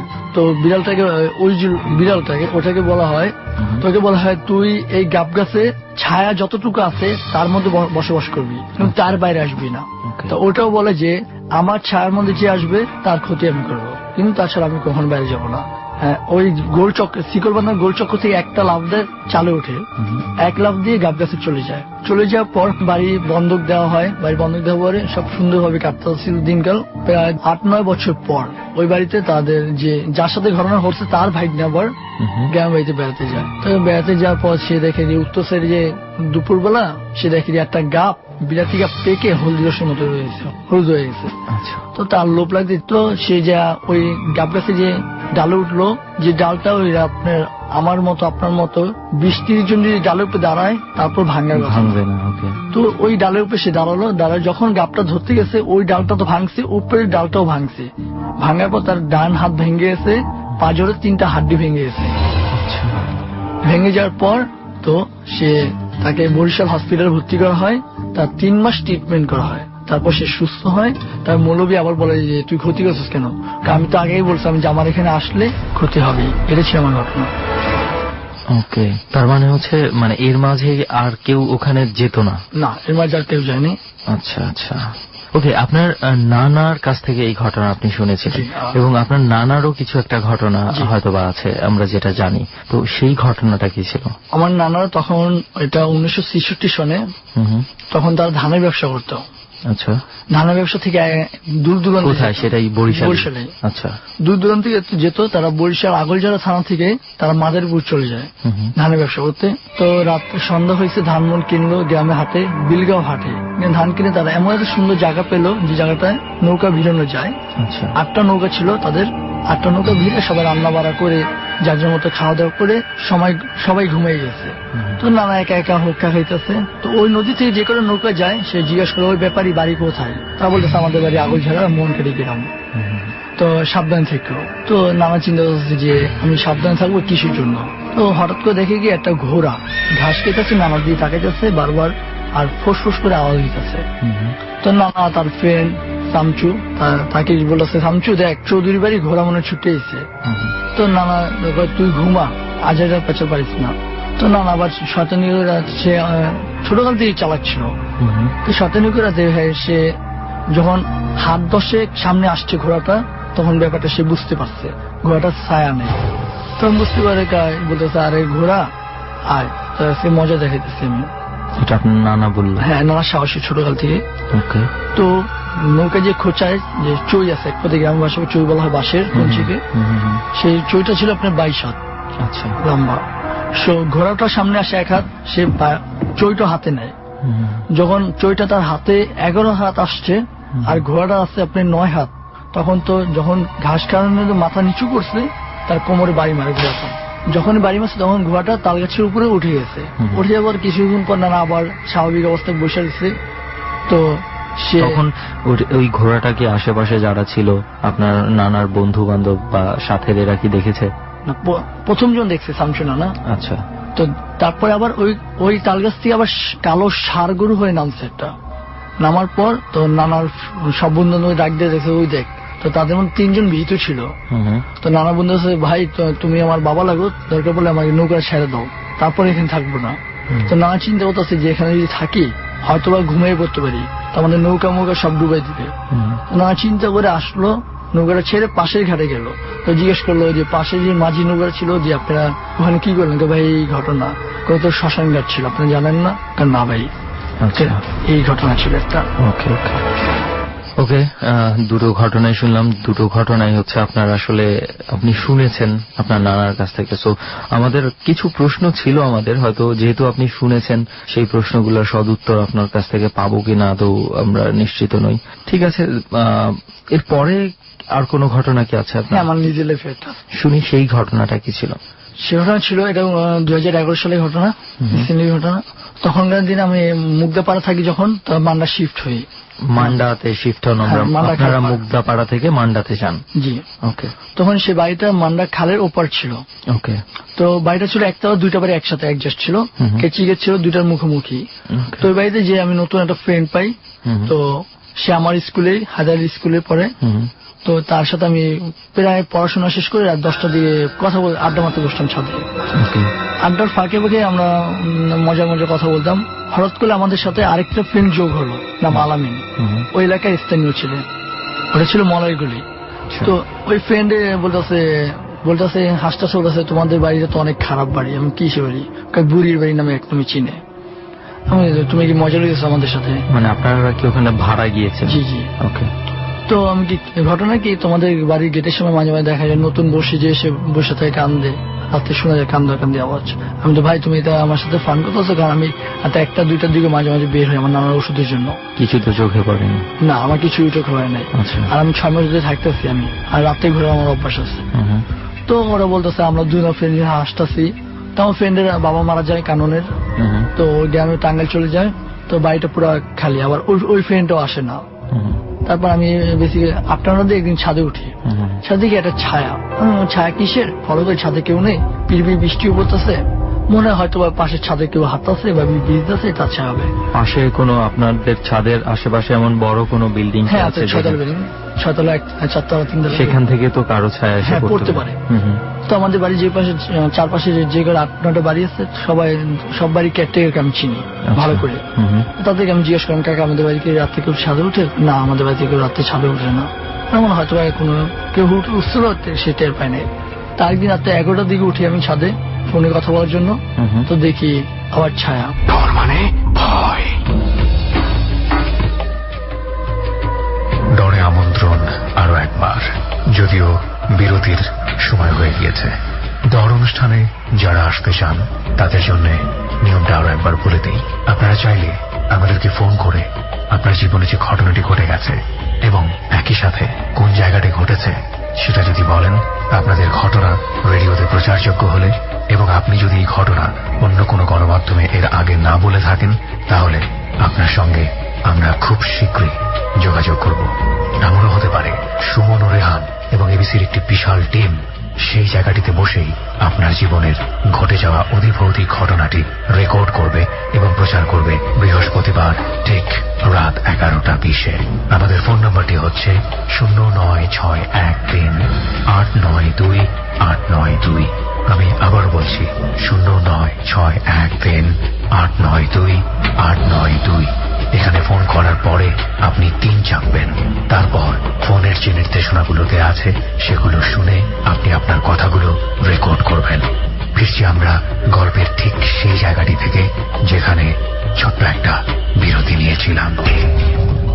ডর। তার একদিন রাত্রে 11টার দিকে উঠি আমি ছাদে ফোনে কথা বলার জন্য। তো দেখি আবার ছায়া। তা আমি আবার ট্রাই করতেছি, এটা কি আমার ছায়া নেই, আমি হাত লাড়ে পাও লাড়ে না, পরপর কয়েকদিন পরপর দেখতেছি। আমি আবার ছায়াটা কিসের ছিল? মানুষেরই ছায়া? জি। ওকে। তা আমি সবাইকে শেয়ার করলাম। কেউ পরের দিন কি আপনি একই সময়ে উঠেছিলেন? না, অন্য একটা সময় গিয়েছিলেন। 2 ঘন্টা 2.5 ঘন্টা। তো হঠাৎ একদিন আমার নানার ওষুধ বাতের ব্যথা ওঠে, তো তার জন্য ওষুধ আনতে যাবো রাত 1টা-1:30 বাজে। তো আমি চাবি নিয়ে গেটটা খুলি, তো দেখি গেটের সামনে একটা ছায়া। ওই ছায়াটা আমি যে ছায়াটা দেখি সবসময়। আচ্ছা। দেখার পর আমি আবার চিন্তা করি এটা আমার ছায়া হতে পারে, আমি হাত লাগে আবার, না এটা আমার ছায়া না। তো ছাদও তো কেউ নেই, তো হয়তো বা দেখি একটা কুকুর তো কুকুর থেকে আমি একটু ভয় চাবিটা ফিক্কা মারি, আমার চাবিটা ফিক্কা মারি, কুকুর নাই হয়ে গেছে, জায়গায় ভেনিশ হয়ে গেছে। তো এটা দেখে আমি ভয় পেয়ে চিৎকার মারি, চিৎকার মারার পর সেন্সিলের অবস্থা হয়ে যায়। তখন আমার নানু আমাকে এসে ঝাড়ু দিয়ে পিটান মারে। নানু আবার কিছু জানতো আমার নানু। তো সে আবার কি হয়েছে, আমি এই ঘটনা। তো আমার মামা হেরা আমার সাথে মজা করতেছে যে তুমি এটা হয়েছে। তো তারপর থেকে আমি বাড়িতে গেট দিয়ে ঢুকি না। রাত্রে যদি বাসায় আসি তাহলে আমার বাড়ির পিছন সাইডে জানলা টপকে ছাদে উঠে তারপর ঘরে যাই ভয়। তো তার 1-1.5 মাস পরে আমার মামা ভিডিও প্রোগ্রাম করে বাসার টাওয়ারে। তো সে দেখলো রাত 3টার দিকে ওই গলি দিয়ে আসতেছে ভিডিও করে। তো দেখে একটা পিস দিয়ে কুকুর, প্রথমে দেখে কুকুর, তো তাকে ডাক দেয় সাইফুল দাঁড়া। কুকুর ডাক দেয়? হ্যাঁ, কিন্তু ওই কেউ মানে এটা কি, মানে আপনি যেটা বলছেন এটা কি সম্ভব কখনো কুকুর ডাক দেয়? এটাই কথা যা শুনছে আমার কাছে, ডাক দেয় কিন্তু কিচ্ছু নেই। তো মামা হচ্ছে কেউ মনে ডাক দেয়, তার আবার ওই এলাকায় তার বন্ধু ছিল অনেক, বন্ধু মজা করতেছে। তো যখন পিছন সাইড ঘুরছে তখন তার গালের মধ্যে একটা থাপ্পড় পড়ে। আচ্ছা। তো থাপ্পড় পড়ার পর সে ভয় পেয়ে যায়, ভয় পেয়ে বাসায় এসে সবাইকে বলে। তো আমার নানার সিদ্ধান্ত নেই এই বাসাটা ছেড়ে দেবো আমরা। তো সিদ্ধান্ত নেই ওই বাড়িতে এলাকায় যারা মুরব্বী থাকে স্থানীয় তাদেরকে জিজ্ঞেস করে আমাদের এলাকায় এই ঘটনা ঘটছে। হ্যাঁ আছে, কিন্তু অনেক গভীর রাইতে বের হয় এটি, কিন্তু কেউ ক্ষতি করে না, ভয় দেখায়। আর আমাদের আগেই বলছিলাম ভাই আমাদের বাসাটা একটা খালের সাথে মান্ডা, খালের সাথে জয়েন্ট, যেহেতু ওই জায়গাটা অনেক খারাপ জায়গা। কেন খালের সাথে? খাল মানেই তো আর খারাপ না, ওই খালটা অনেক খারাপই, কারণ ডাস্টবিন ময়লা অনেক কিছু আবজীবী আছে ওখানে, ঠিক আছে। তো এরপর থেকে ওই বাসাটা আমরা ছেড়ে দিই। আচ্ছা। আর এমন ঘটে আমাদের পাশের ম্যানেজার ছিল যে বাসা, তাদেরকে জিজ্ঞেস করি আমাদের বাড়িতে এই ঘটনা ঘটছে। হ্যাঁ, আমরাও শুনি মাঝে মাঝে আমার ছেলেকে নাকি রাত 1-2টা দিয়ে ডাক দেয়, পারবে উপরে আসো, ছাদে আসো। কিন্তু আমার ছেলে কখনো যায় না, আমাকে বলে আম্মু আমাকে কে যেন ডাকে ছাদে থেকে। এটা মাঝে মাঝে শোনা যায়। কিন্তু তার ছেলে ক্লাস 3-তে পড়ে, তখন 3-র বাচ্চাকে কে রাখবে রাত 1-2টার দিকে? 1-2টার দিকে শোনা যায় যে পারবে ছাদে উঠো। ওকে, তার মানে এটাই ছিল আপনার, আর যেইটা আপনি নিজে মোটামুটি যেটার সাথে একটু জড়িত ছিলেন। আর কোন স্টোরি কি আছে আপনার? হ্যাঁ, আমার নানার মার একটা ঘটনা আছে। সেটা হলো নানার যখন বড় ভাই হয়, তো তখন সে 7 বছর বয়সে মারা যায়। তো মারা যাওয়ার আগে তাকে মাকে বলে, আপনার নানার মানে মায়ের প্রথম সন্তান। ওকে। তো তখন সে মারা যাওয়ার আগে সে তার মাকে বলতেছে যে মা আমি তো মারা যাব, বাঁচবো না বেশি দিন, কিন্তু আমি মারা যাওয়ার পর তুমি কাঁদবা না। কিভাবে মারা গিয়েছিল? হঠাৎ। ওকে। তুমি কাঁদবা না, মারা যাওয়ার 3-4 দিন আগে বলতেছে তুমি কাঁদবা না, ভুলো এক ফোঁটা চোখের পানি ফেলবা না। তো 3-4 দিন পর সে মারা যায়। মারা যাওয়ার পর সে আমার ছেলে বললে গেছে আমাকে একটা কথা, সে কাঁদে না। এর দেখে কি তার 2-3 দিন পর, মানে মারা যাওয়ার 2-3 দিন পর দেখে তার ছেলে তার সাথে হাঁটা চলা করতেছে, তার পিছিয়ে যাচ্ছে, কিন্তু সে ভয় পায় না, সে কথা বলে। অন্যরাও কি দেখতে পেত? অন্য দেখে পেত না, সে একে দেখতে পেত জিনিসটা। তো দেখতো তার, এমনকি পুষ্করণী বাড়ি যখন থালা বাসন নিয়ে যেত মাছতে, তখন দেখতো তার ছেলে ধুয়ে দিতেছে, তার ছেলে পানি এনে দিতেছে, সব কাজকাম করে দিতেছে। তো মার মন, ছেলে মারা গেছে, তারপরে বাচ্চা একটা আত্মার হিসাবে ঘোরাফেরা করতেছে। তো তার মা কেঁদে দেয়, কান্নাকাটি করে জিনিসটা দেখে। অনেক কান্নাকাটি করার পর 8-9 দিন আর দেখে না ছেলেটাকে, আর আসে না। তো হঠাৎ একদিন ঘুমানো অবস্থায় ফজর আজান দিবে ভাব, এমন টাইমে দেখে যে তার ছেলেটা আসছে, ডাকতেছে মা আমি আসছি। তার মা জিজ্ঞেস করে কি তুই আসিস না কেন? মা আমি যখন আসি তোমাকে তো বললাম আগে তুমি কাঁদবা না, কাঁদলে আমার সাথে দেখা হবে না। আর তুমি যে এক ফোঁটা চোখের পানি ফেলছো তাতে একটা সমুদ্র হয়ে গেছে, আস্তে আস্তে আমার অনেক দেরি হয়ে যায়, আর যেতে যেতে অনেক দেরি হয়, তার জন্য আমি আসতে পারি না। এটা অদ্ভুত ঘটনা ছিল। আচ্ছা আচ্ছা, ওকে রবিন ভাই, এই ছিল আপনার স্টোরিগুলো। বেশ কয়েকটা ঘটনা আমরা শুনলাম, যেটার অধিকাংশ ছিল আপনার নানার কাছ থেকে শোনা ঘটনাগুলো, এবং আপনার নিজের সাথেও একটা ঘটনার কথা বললেন। এটার মধ্যে আমি আগেও বলেছি যে অনেক কিছু প্রশ্ন আমাদের ছিল, হয়তোবা সরাসরি তাদেরকে হলেই আমরা প্রশ্নগুলোর সঠিক উত্তর পেতাম। যাই হোক, আপনার স্টোরিটা আমরা শুনলাম, বাকিটা হচ্ছে আমাদের শ্রোতা যারা রয়েছেন তারা কতটুকু বিশ্বাস করবে, তারা কতটুকু সত্যতা খুঁজে পাবে, এটা সম্পূর্ণ তাদের উপরেই রয়েছে। কারণ আমার কিছু কিছু জায়গায় প্রশ্ন আছে যেটার উত্তর আমি পাইনি, বা আমার মনে হয়েছে কিছু কিছু জায়গায় আদৌ সেটা সম্ভব কি সম্ভব না। কিন্তু আরো একটা কথা থাকে যে এই ঘটনাগুলো আসলে যাদের সঙ্গে ঘটে তারাই ওই মুহূর্তে এটা বলতে পারবে যে আসলে কতটুকু সত্য কতটুকু মিথ্যা। অনেক ধন্যবাদ রবিন ভাই। আচ্ছা, চল আবিব ভাইয়ের কাছে যাই। আবিব ভাই কেমন আছেন? আপনি কোথায় থাকেন, কি করেন? আমি এই খিলগাঁও শাহজাহানপুর থাকি, ঢাকার, আর স্টুডেন্ট, এবার ইন্টার ফার্স্ট ইয়ারে। ওকে, আপনি তো খুব স্মার্ট দেখতে বোঝা যাচ্ছে। আর আপনার নামটা খুব সুন্দর। অনেকেই হয়তো হাবিব ভাবতে পারে, তাই আমি স্পেশালি বলছি যে আপনার নামটা হচ্ছে আবিব, রাইট? আচ্ছা, নামটা খুব সুন্দর। তো যাই হোক, আপনার জীবনে অনেক ধরনের কিছু এক্সপেরিয়েন্স আছে যেটা আসলে হওয়ার কথা না, সচরাচর সবার মধ্যে হয় না। তো এরকম কোনো এক্সপেরিয়েন্স আপনার যেটা আছে, আপনি ডট টিমকে হয়তো বলেছেন, আমরা কি একটু জানতে পারি ঠিক কবে, কোথায়, কিভাবে প্রথমবারের মতন আপনি এই ধরনের অলৌকিক কিছু অর সামথিং প্যারানর্মাল আপনি কখন প্রথম এক্সপেরিয়েন্স করেন? এটা আসলে 2004 সালের দিকে ঘটনা। আচ্ছা, আমার ছোট ভাইকে নিয়ে। আচ্ছা, ওকে। তো তখন আমরা মুগদাতে থাকতাম। আচ্ছা, মুগদার 7 নম্বর গলিতে একটা বাসায়। ওই বাসাটা আর কি আমরা মানে এরকম পরিবেশটা ভালো ছিল না। একটা মানে বাসাটা অনেক গরম হয়ে থাকতো, পরে থমথম পরিবেশ, মানে খুব ভালো অবস্থা ছিল। টপ ফ্লোরে ছিল নাকি? না না না, 4 তলায় ছিল বাসাটা। মানে সেটা এরকম মনে হওয়ার কারণটা কি? মানে বলতে পারবো থমথমে কেন থাকতো? আশেপাশের মানে গলিটাই নীরব গলি ছিল আর কি। আচ্ছা, একটু বদ্ধ। কিন্তু বাসাটা মানে একটু থমথমে থাকতো। অন্যান্য বিল্ডিং এর থেকে এটা একটু মানে থমথমে অবস্থা, গরম গরম থাকতো। এখন বাসাটার অপোজিটে একটা বাড়ি ছিল, মানে দোতলা বাড়ি, মানে আমাদের বাড়ি থেকে দেখা যেত বারান্দা দিয়ে। দোতলা বাড়ি, ওইটা আগে ছিল একটা কালী মন্দিরটা ভাঙার পরে ওইখানে বাড়ি করা হয়েছে। ওইটার উপরে আপনার ছাদের উপরে মাঝে মাঝে রাত্রেবেলা হঠাৎ আগুন জ্বলে উঠতো। আর একটা সাপ, এই কিংকোবরা সাপ আছে, বিশাল বড়, মানে ফনা তুলে এই বাড়িতে একটা রাউন্ড দিত, মানে ছাদের উপরে।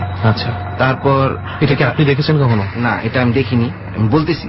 পরে আমার বড় মামা আমাদের সাথে থাকতেন। একদিন সে স্মোক করবে, তাই সে বারান্দায় গেল। সিগারেটটা মুখে নেওয়ার পরে যে আগুনটা জ্বালাতে যাবে, তখনই সে দেখলো যে ওই বিল্ডিং এ, ওই যে ওই অপোজিটে যে দোতলা বাড়িটায়, ওই যেখানে কালী মন্দিরের উপর যে তৈরি করা হয়েছিল ভেঙে, ওই বিল্ডিংটার উপরে হঠাৎ করে আগুন ধরে উঠল। এবং ওই সাপটা ওই আগুনটাকে কেন্দ্র করে ফনা তুলে কয়েকটা রাউন্ড দিতেছে আর কি।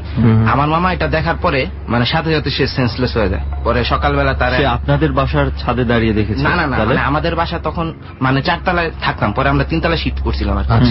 পরে ওইখান থেকে মানে বারান্দা থেকে, মানে আপনাদের বাসার বারান্দা থেকে সে দেখা যেত। তারপর সে দেখার পরে মানে সে বারান্দায় সেন্সলেস। পরে সকালবেলা আব্বু পরে আমরা এসে তাকে পানি টানি দিলাম। পরে উনি বললো যে এই ঘটনা। তারপরে মনে করেন যে আমার ভাইয়া, যে ছোট ভাই, সবার ছোট, সে বাসায় হইলো। এই হওয়ার পরে তাকে, কত সালের ঘটনা? 2004 সালের অক্টোবরের 10 তারিখ হয়েছে, আর নভেম্বরের 15 তারিখে সে মারা গেছে। তো হওয়ার পরে তাকে বাসায় আনা হইলো। এখন আমরা থাকতাম রাত্রেবেলা, যখন ঘুমাতাম এমনি আমরা দেরি করে শুতাম। তখন আমার 7 থেকে 8 বছর বয়স। বাসার মধ্যে যখন রাত্রে ঘুমানোর পর মশারি টাঙিয়ে ঘুমাতাম, আপনি রাত 1টা-2টার সময় মার্বেল পড়লে যেরকম একটা শব্দ হয়, টং টং টং টং, এই শব্দটা কিন্তু ভাইয়া মানে রাত 1টা-2টা দিয়ে পিচ্চিটা কিন্তু কেউ খেলবে না যে উপর থেকে শব্দ হবে।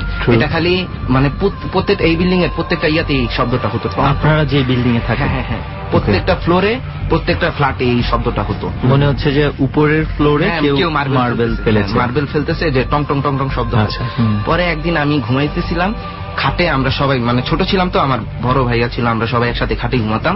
তখন মানে আমরা এই সাইড দিয়ে ঘুমানোর পরে খাটের যে অপোজিট ইয়াতে নামার জন্য, মানে ঘরে মানে হাঁটা চলার জন্য একটু জায়গা থাকতো, মানে আমরা দেয়ালের সাথে মাথা দিয়ে ঘুমাতাম, যাতে ওইখান দিয়ে দরজা দেখা যায় ঘরে ঢুকার। তারপর এখন রাত্রে ঘুমাইতেছি, এখন আমি ঘুমাইছি আমার আব্বুর সাথে, পরে আমার সাইডে ঘুমাইছে, মানে আমি ডান পাশে আমার আব্বু, তারপরে আমি, তারপর আমার বড় ভাইয়া, তারপর আমার আম্মু, তারপর তার সাইড দিয়ে আমার ছোট ভাইটা। তারপর ঘুমানোর পরে ঘুমাইছি, এখন রাত 1টা বাজে। তখন হঠাৎ করে মানে ওই যে একটা ওই টুংটুং মার্বেলের শব্দ পড়তেছে, আর আমার ঘুম আসতেছিল না। পরে দেখলাম কি একটা পুরা গন্ধ নাকের মধ্যে ভেসে আসতেছে। পরে আমি খেয়াল করলাম, তাকালাম কি দরজা দিয়ে একটা বস্তু ঢুকলো, মানে কি জিনিস সেটা আমি বলতে পারবো না। 2.5 থেকে 3.5 ফুট উচ্চতা হবে, মানে তার হোল বডিতে আপনার সজারুর মতো কাটা দেওয়া, মানে চোখ 2টা লাল, আর দাঁত 2টা মানে ভ্যাম্পায়ারের দাঁতের মতো আর কি, তার দাঁত 2টা। আমি দেখার পরে আমি চিৎকার মারতে যাবো, এরকম সময় আমার আব্বু আমার মুখটা চেপে ধরে রাখছে যাতে আমি চিৎকার না দিতে পারি। তারপরে আমি তো আর কোনো কথা বলি না, আমার আব্বু আমার চোখ বন্ধ করে মানে আমার মুখটা চেপে ধরে, চোখ 2টা মানে আরেক হাত দিয়ে চেপে ধরে রেখে দিছে চুপ করে, যাতে আমি কোনো চিৎকার না দেখতে পারি। এরপরে আমি আস্তে আস্তে ঘুমায় যাই। এরপরে এই 4-5 দিন পরের ঘটনা, আমার ভাই পরের দিন সকালবেলা জিজ্ঞেস করেননি কিছু? আজ করছি, তারা কিছু বলে নাই আর কি, কারণ যদি ভয় পাই, আমি তো এমনি 7-8 বছর ছিল। আচ্ছা। তারপরে এর 4-5 দিন পরে আমার আব্বু আবার বাড়িতে চলে যায়, মানে একটু গ্রামে। তারপর আমার খালা আসে, উনি আর আমি আমার বড় ভাই আরেক পাশের রুমে ঘুমাইছি, আর আমার আম্মু আমার ছোট ভাইকে নিয়ে যে হয়েছে। সে এক রুমে ঘুমানোর পরে তখন ফজরের আজানটা ঠিক দেয়নি। ফজরের আজানের 10-15 মিনিট আগে আমি একটু ওয়াশরুমে গেল, মানে আমাদের আসার ওয়াশরুমে যাওয়ার আগে মানে আমাদের রুমে এসে আমাদের ডাকাডাকি করতে যে তোর ভাইয়ের কাছে থাক, মানে অনেকক্ষণ নাকি ডাকছে উনি, 5-6 মিনিটের মতো। আমরা উঠি নাই, গভীর ঘুমেছিলাম। উনি বলল, পরে উনি ওয়াশরুমে চলে গেল। পরে চলে যাওয়ার পরে ওয়াশরুম থেকে আসলো আজানের ঠিক 1-2 মিনিট পরে। আসার পরে সে যেটা দেখলো যে আমার ভাইয়ের মুখ মানে সব উল্টায় পুল্টা অবস্থা, মানে চেহারা মেহারা সব মানে চোখ মুখ উল্টায় অবস্থা, তার মুখ দিয়ে রক্ত পড়তেছে, রক্তের সাথে লাল বাইর হইতেছে, আর হাত পা নীল হয়ে গেছে। একদম ছোট, 1 মাস 5 দিন, নভেম্বরের 15 তারিখের ঘটনা, মানে ভোরা, মানে সে মারা যায়। তারপরে আমার আম্মু অনেক চিল্লাচিল্লি কান্নাকাটি অবস্থা। মানে এর আগে মানে সম্পূর্ণ সুস্থ ছিল তো, কোন ধরনের অসুস্থ বা মানে তার কোনো অসুবিধা কোনো প্রবলেম ছিল না। আচ্ছা, মানে পুরো সম্পূর্ণ স্বাভাবিক। তারপরে মনে করেন যে এখন ভোর 5:30, 5:30 এই টাইমে তো ডাক্তার পসিবল না থাকা কোনো চেম্বারে। পরে আমার খালা একজন ডাক্তারের বাসায় গিয়ে তাকে অনুরোধ করে নিয়ে আসলো। নিয়ে আসার পরে তাকে যখন দেখালো, ডাক্তার মানে বললো যে মানে সে কোনো খুঁজে পাচ্ছে না, হদিশ করতে পারছে না যে আসলে কি হলো, সে মারা গেছে। মানে সে আধা ঘন্টার উপরে সে পর্যবেক্ষণ করলো। ডাক্তার এসে কি বলছে যে মারা গেছে? তারপর সে চেক করলো, পালস দেখলো যে কাজ করতেছে না, পরে বললো ডেড, মারা গেছে। আমার খালা পরে গেল, আমাদের ওদিকে একজন ছিল ওই মুগদা বিশ্ব রোডের এখানে কানাল বাবা নামে এক ফকির ছিল, ফকির টাইপের লোক। এখন তার কাছে গেল, এখন সে আর তার ছেলে আসলো, মানে তাকে বলা হলো যে একটু দেখতে। তাকে আমার খালা অনেক অনুরোধ করে নিয়ে আসলো। তারপর মনে করেন যে সে ঘরে প্রবেশ করলো আর বললো বাসায় সমস্যা আছে, বাসায় কোনো প্রবলেম আছে, এই বাসায় সে করবে না। পরে সে তবু অনেক অনুরোধ করলো যে ঢুকলো। ঢুকার পরে বললো যে তার তো বাতাস লাগছে। আপনার ভাই? হ্যাঁ, তার তো বাতাস লাগছে, আর তার মাথাটা কিন্তু গরম ছিল। সে হাত দিয়ে মানে সে মাথা হাত দিচ্ছে, সাথে সাথে হাত ছড়ে ফেলছে। সে তার হোল বডি নীল হয়ে গেছে, হাত পা পুরা নীল, আর মুখ দিয়ে রক্ত লালা পড়তেছে, আর তার মাথা গরম।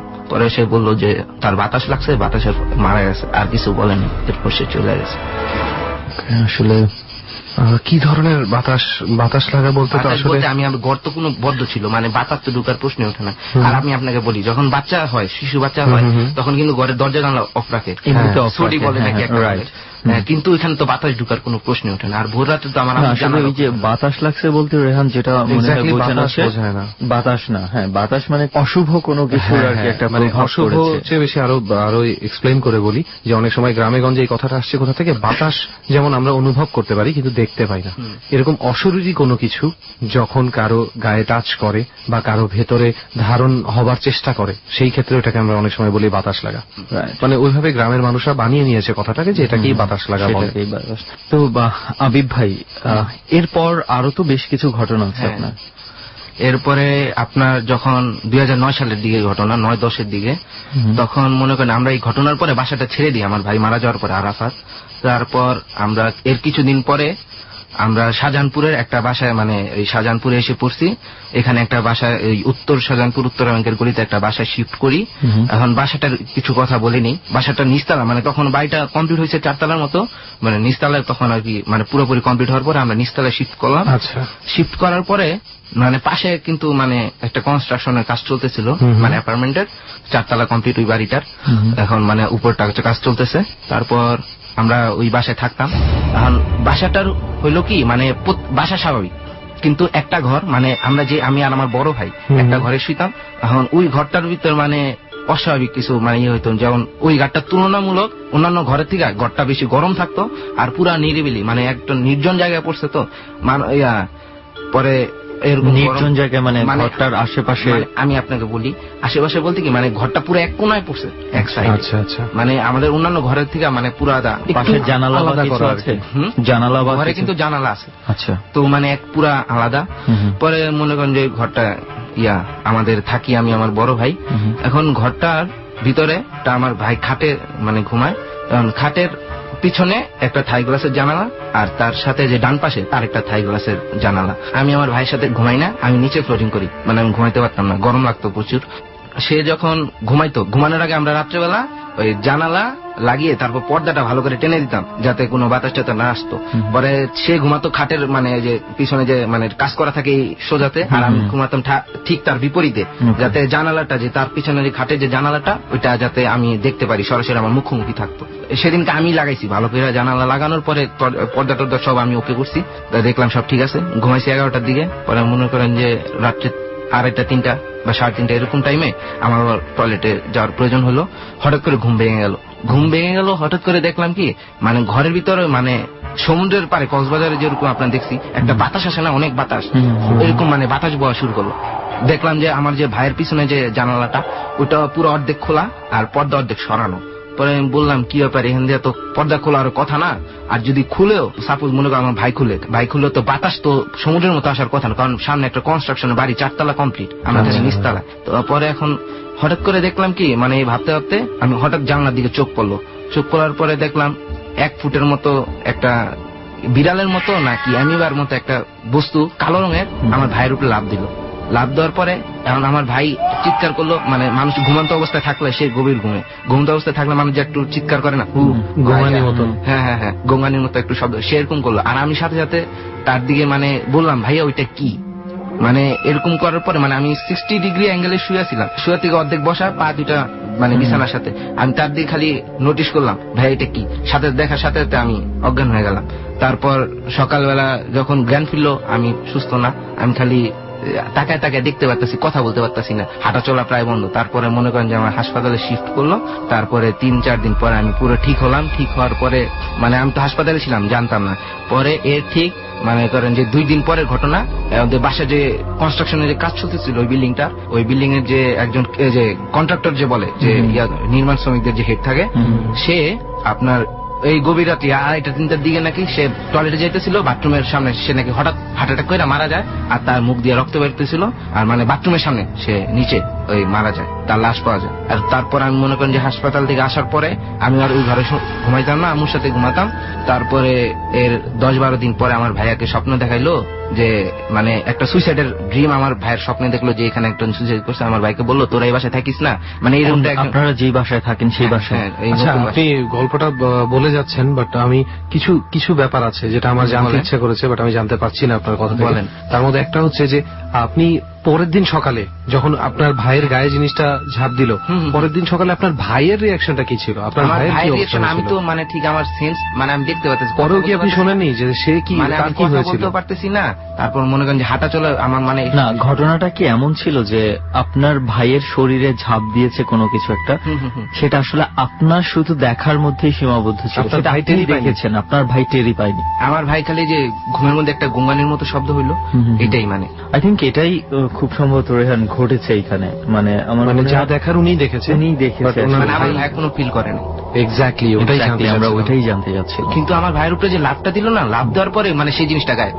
আচ্ছা, তারপর কি হলো? আপনি যে ঘটনাটা বলছেন, তারপর মনে করেন যে হাসপাতাল থেকে মানে আসলাম, তো তারপরে যে 10-12 দিন পরে ওই যে আমার ভাইকে স্বপ্নে দেখাইলো যে এই বাসায় একজন, এই রুমটার ভিতরে একজন সুইসাইড করছে, তোরা কেউ থাকিস না। মানে সুইসাইডের যে একটা কাহিনী, মানে পুরা যে গলায় ফাঁসটা দিছে এরকম সব, কিভাবে সুইসাইডটা করেছে সেটা দেখিয়েছে স্বপ্নে। দেখানোর পরে একজন বললো যে স্বপ্নে তোরা এই বাসায় থাকিস না, তোদের সমস্যা হবে, তোরা এই বাসাটা ছেড়ে দে। এরপরে আমরা আর কি বাসাটা ছেড়ে দিই। বেশ কিছু প্রশ্ন আসলে থেকে যায় ঘটনাটাতে। তুই যেটা করলি একটু আগে, আরেকটা প্রশ্ন আসছে আমার মাথায়, সেটা হচ্ছে যে আপনি বলছিলেন আপনার ওই বাসাটা নিচতলায় থাকতেন, রাইট? তো নিচতলাটা মাত্র তৈরি হয়েছে, পরে আপনারা উঠেছেন, উপরের তালাগুলো এখনো হওয়া বাকি। তাহলে আপনারা যদি প্রথম ভাড়াটিয়া হন, তাহলে সুইসাইড কে করেছিল ওই বাসায়? না, বাড়িওয়ালার মানে সে হজে চলে যাওয়ার পরে তার নাকি একটা ছেলে ছিল, তারা নাকি নিচতলায় থাকতো, 4 তলা পর্যন্ত কমপ্লিট হয়েছে, 2 তলায় বাড়িওয়ালার থাকতো। আচ্ছা, মানে বাড়িটা হয়েছে কিন্তু 3-4 বছর হয়েছে, মানে এখন মানে অর্ধেক মানে ভেঙেছিল, বুঝেন নাই? মানে সে হজে চলে যাওয়ার পর না পুরোপুরি বানানো হয়নি, মানে অর্ধেক বানানো অবস্থায় ছিল আর কি, পুরোপুরি কমপ্লিট হয়নি। বাড়িওয়ালা হজ থেকে আসার পরে মানে পুরো কমপ্লিট করছে সে আর কি। আচ্ছা। তো যাই হোক, ঘটনাটার ব্যাপারটা হচ্ছে আপনার যে গল্পগুলো আপনি বললেন প্রচন্ড পরিমাণে ভয়ঙ্কর, কিন্তু শুধুমাত্র আপনার জন্য। কারণ কি, ব্যাপারটাতে অন্য কারো ইনভলভমেন্ট খুব কম। যেমন আপনার ভাই একেবারেই টের পায়নি যে তার সাথে কি হয়েছিল। আরেকটা ঘটনা আছে এরপরে থেকেই, মানে এর কিছুদিন পর থেকে মনে আমার ভাই যখন ইন্টারে উঠছে তখন মনে সে 9-10-এ, তারপরে মানে সে আস্তে আস্তে তার মানে আচরণে কিছু পরিবর্তন দেখা যায়। মানে সে একটু খিটখিটা স্বভাবের, কারোর সাথে তেমন কথা বলে না, মানে একদম জিম মেরা থাকে। আর তার সমস্যা হলো মেন সে যদি এইসব বিষয় যদি এসব মানে প্যারানরমাল কোনো কিছু যদি তার সামনে উপস্থিত হয়, তার ঘাড়ের পিছনে একটা রক ফুলে যায়।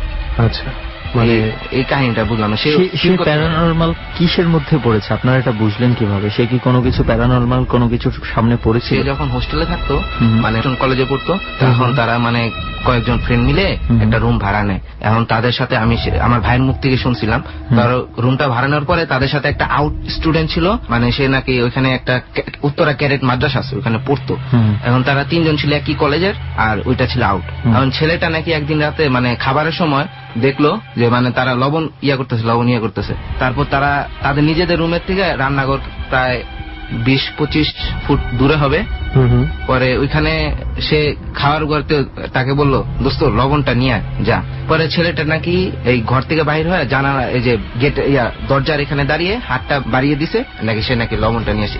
এরকমই সে ফিল করতো। আর তারপরে যে যখন ছেলেটা ঘরে ঢুকতো তাদের ঘরে, তার আমার ভাইয়ের গাড়ির পিছনের রকটা ফুলে যেত। তারা নাকি এরপরে নাকি কিছু বলেনি ছেলেকে, আর তারা এই 3 জন ফ্রেন্ড মিলে বাসাটা ছেড়ে দেয়। যাই হোক আবিব ভাই, আমরা তো আপনার কাছে বেশ কয়েকটা গল্প শুনলাম। তো বন্ধু, অনেকগুলা গল্পই আজকে শুনলাম, কিন্তু একটা গল্প বাদ রয়ে গেছে। কোনটা?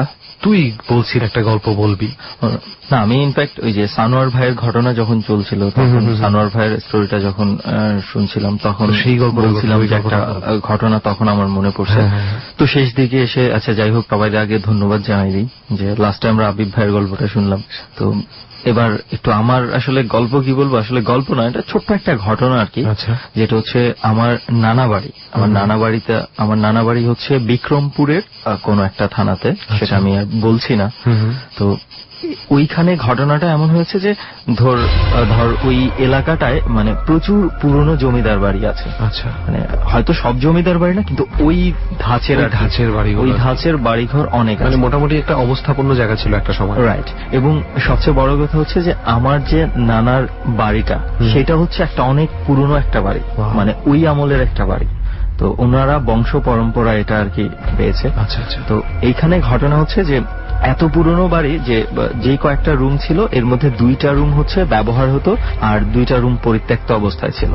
একটা হচ্ছে নিচে, আর উপরের একটা পরিত্যক্ত ছিল, আর নিচে একটা পরিত্যক্ত ছিল। নিচের এক রুমে এক নানা থাকতো। তো এখানের ঘটনাটা প্রথমে বলি।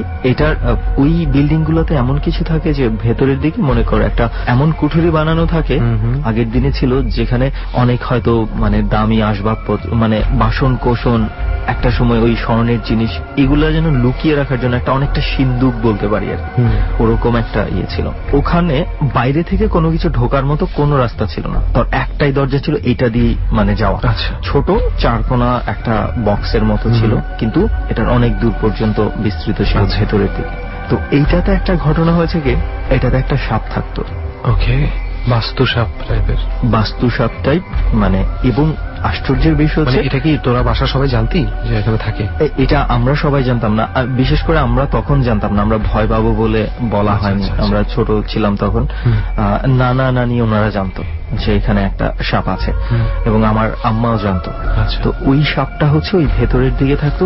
ওই সাপটাকে সবসময় দেখা যেত না, এবং সবচেয়ে আশ্চর্যের বিষয় হচ্ছে সাপটা মানে একদম ফুললি হোয়াইট একটা সাপ ছিল। তুই দেখেছিস নিজের চোখে? আমি নিজের চোখে দেখিনি, আমি ওনাদের কাছে শুনেছি। কারণ ফুললি হোয়াইট সাপ গুলা এমনি রেয়ার। এগুলা একটা বৈজ্ঞানিক ব্যাখ্যা আছে, যে যেখানে মনে কর ওই জেনেটিক্স এর কিছু বিষয় আছে, যেটার কারণে হোয়াইট সাপ মাঝে মাঝে হয়তো, কিন্তু সেটা খুব রেয়ার। এবং আমি শুনলামই এই প্রথম, আমি দেখবো কোথায় না। এই সাপটা আবার সব সময় দেখা যেত না, মানে মাসের কিছু নির্দিষ্ট সময়ে, অমাবস্যা বা খুব মানে ভরা পূর্ণিমা, এই সময়গুলোতে এই সাপটা দেখতে পাওয়া যেত। কিন্তু এই সাপটা কখনো কারো ক্ষতি করেনি। এটা হচ্ছে নিচতলায় যে ঘটনাটা। আর উপরের তলায় হচ্ছে একটা রুম তো পরিত্যক্ত ছিল, আরেকটা রুমে আমার আরেক নানা থাকতো। তো ছোটবেলায় আমি আর আমার মামা প্রায় হচ্ছে অনেকটা সমবয়সী। তো ওখানে একদিন রাতের বেলা বাসায় আর কেউ ছিল না, দ্বিতীয় তলায় আমরা 2জন ঘুমাতে গিয়েছি। তো ওখানকার আগের দিনের সিঁড়িগুলো এমন ছিল, তোর এক একটা সিঁড়ি মানে অনেক উঁচু উঁচু সিঁড়ি। তো ওনাদের ছাদটা ছিল এমন মানে বট গাছ দিয়ে পুরাটা ঘেরা, কিছু জায়গা আবার ফাঁকা আছে, পরিত্যক্ত তো বুঝতেই পারছিস কেমন। তো ওখান থেকে একদিন আমরা যখন রাতের বেলা ঘুমায় আছি, তো এটা একটা দরজা খুলে সিঁড়ি পার হয়ে তারপরে উঠতে হয়। সিঁড়িটা হচ্ছে ঘরের ভেতরে আর কি, একটা দরজা দিয়ে আটকানো। আচ্ছা, এই দরজাটার এখানে রাতের বেলা খুব সম্ভবত 12টা-1টা হবে, তো আমরা কিছু একটা শব্দ শুনতে পাচ্ছি। এটা হচ্ছে মনে করছে মানে নুপুরের যে শব্দ থাকে না, নুপুরের একটা শব্দ শুনতে পাচ্ছি, কিন্তু খুব হালকা হালকা, মনে হচ্ছে যে হচ্ছে কি হচ্ছে না বোঝা যাচ্ছে না। তখন আমি আর মামা খুব মানে কিউরিয়াস হয়ে গেলাম বিষয়টা নিয়ে। দেন আমরা উঠে দরজাটার কাছাকাছি আসলাম, সূক্ষ্মভাবে খেয়াল করলাম একটা শব্দ নিচ থেকে সিঁড়ির উপরের দিকে ছাদের দিকে গেলে সেরকম সাউন্ডটা আস্তে আস্তে আস্তে আস্তে মেলাবে, কিছু একটা জিনিস এই ঠিক সিঁড়ির ধাপে ধাপে ধাপে ধাপে যাচ্ছে এবং শব্দটাও ধীরে ধীরে একটু দূরে যাচ্ছে। আমরা দুজন শুনতে পাচ্ছি, স্পষ্ট শুনতে পাচ্ছি। তখন মানে আমার মামা আবার একটু আমার চেয়ে বেশি মাত্রায় কিউরিয়াস ছিল, তো উনি বললো যে চল দেখি। আমি একটু ভয় পাচ্ছিলাম যদিও, কিন্তু মামার সাহসের কারণে আমার নিজেরও একটা সাহস চলে আসলো। তারপরে একটা ছোট একটা টর্চ লাইট ছিল, তো ছোট টর্চ লাইটটা খুলে আমরা দরজাটা খুললাম। তখন ওই সিঁড়ির অবস্থাগুলো এমন ছিল তুই দেখলে ওইটাও ভয় পাওয়ার মতো, আগের দিনের কনস্ট্রাকশন। তো ওখানে ধীরে ধীরে আমরা উঠলাম সিঁড়ি পর্যন্ত। ঠিক সিঁড়ির উপরে উঠে দুই পাশে দুইটা সাইড গেছে, দুই পাশে দুইটা দরজা আছে, একটা দিয়েছে ছাদের এই পাশ আর একটা হচ্ছে এই পাশ। তো এই পাশটাতে হচ্ছে আমরা সাউন্ডটা পাচ্ছি, যেখানে বট গাছের অনেক ছড়াছড়ি আছে, এই পাশে আমরা সাউন্ড পাচ্ছি। তো খুব ধীরে ধীরে প্রথমে পেছন দিকে দেখলাম এই দিক দিয়ে ফাঁকা আছে, এই পাশটা বট গাছটা যেই দিকে আছে এই পাশে দেখলাম যে সাউন্ডটা আসলে কোথায় হচ্ছে। প্রথমে কিচ্ছু দেখতে পাচ্ছি না, আমরা এদিক সেদিক লাইট মারছি, কিচ্ছু দেখতে পাচ্ছি না। হঠাৎ করে বট গাছটা যেখানে হয়েছে একটা ঝোপঝাড়ের মতো হয়ে গেছিল উপরে, মানে বট গাছ একসাথে গজায় যায় না, অনেকগুলো একসাথে হয়ে গেলে ঝোপঝাড়ের মতো হয়ে যায়। ঠিক ওই ঝোপঝাড়ের ভেতরে আমরা কিছু একটা খেয়াল করছি, হঠাৎ করে লাইটের আবছা আলোটা ওইখানে পড়ছে। আচ্ছা, যে কিছু একটা ওখানে আছে, কোনো একটা নড়চড়, মানে হঠাৎ করে লাইটটা আলোটা যখন ঘুরাচ্ছি কিছু একটা মনে হয় দেখতে পেলাম। তারপর আরো ভালো করে দেখার জন্য লাইটটা স্পষ্ট মারলাম যখন, আর জিনিসটা দেখতে পাইনি। কিছু একটা নড়াচড়া এখানে করেছে, একদম মানে লাইটটা যখন নড়েছে হঠাৎ করে লাইটের আলো ঘুরানোর সময় কিছু একটা এই জঙ্গলটার মধ্যে আছে, একদম স্পষ্ট বোঝা গেছে। এবং আচ্ছা আলোটা পড়লেও বেশ ভালো রকম বুঝতে পারছিলাম যে এখানে আছে। যখন একদম লাইটের ফোকাসটা ওখানে মারলাম তখন আর কিছু পাইনি, তখন আর ওইখানে যাওয়ার মতো সাহস হয় না আমাদের। আমরা নিচে চলে আসছি, আবার ঘুমিয়ে পড়ছি দরজা টরজা লাগিয়ে।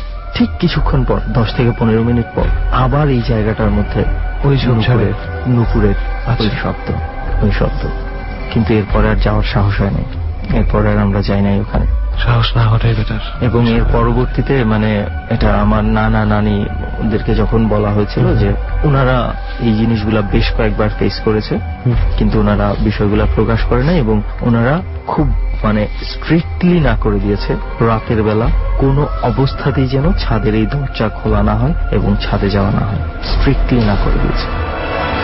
আসলে কিছু ঘটনাই থাকে এরকম যেগুলোর ব্যাখ্যা খুঁজতে যাওয়াও ঠিক মনে করেন না, স্পেশালি সিনিয়ররা। হয়তো আমাদের বয়সী ছেলেপেলেরা অনেক সময় ওভার কিউরিওসিটি থেকে যায় সেখানে, বাট আমি দেখেছি গ্রামে অনেক জায়গায় এই জিনিসটা আছে যে কিছু কিছু জায়গাকে বা কিছু কিছু অবস্থানকে তারা সেভাবেই রেখে আজীবন মেনে যায়।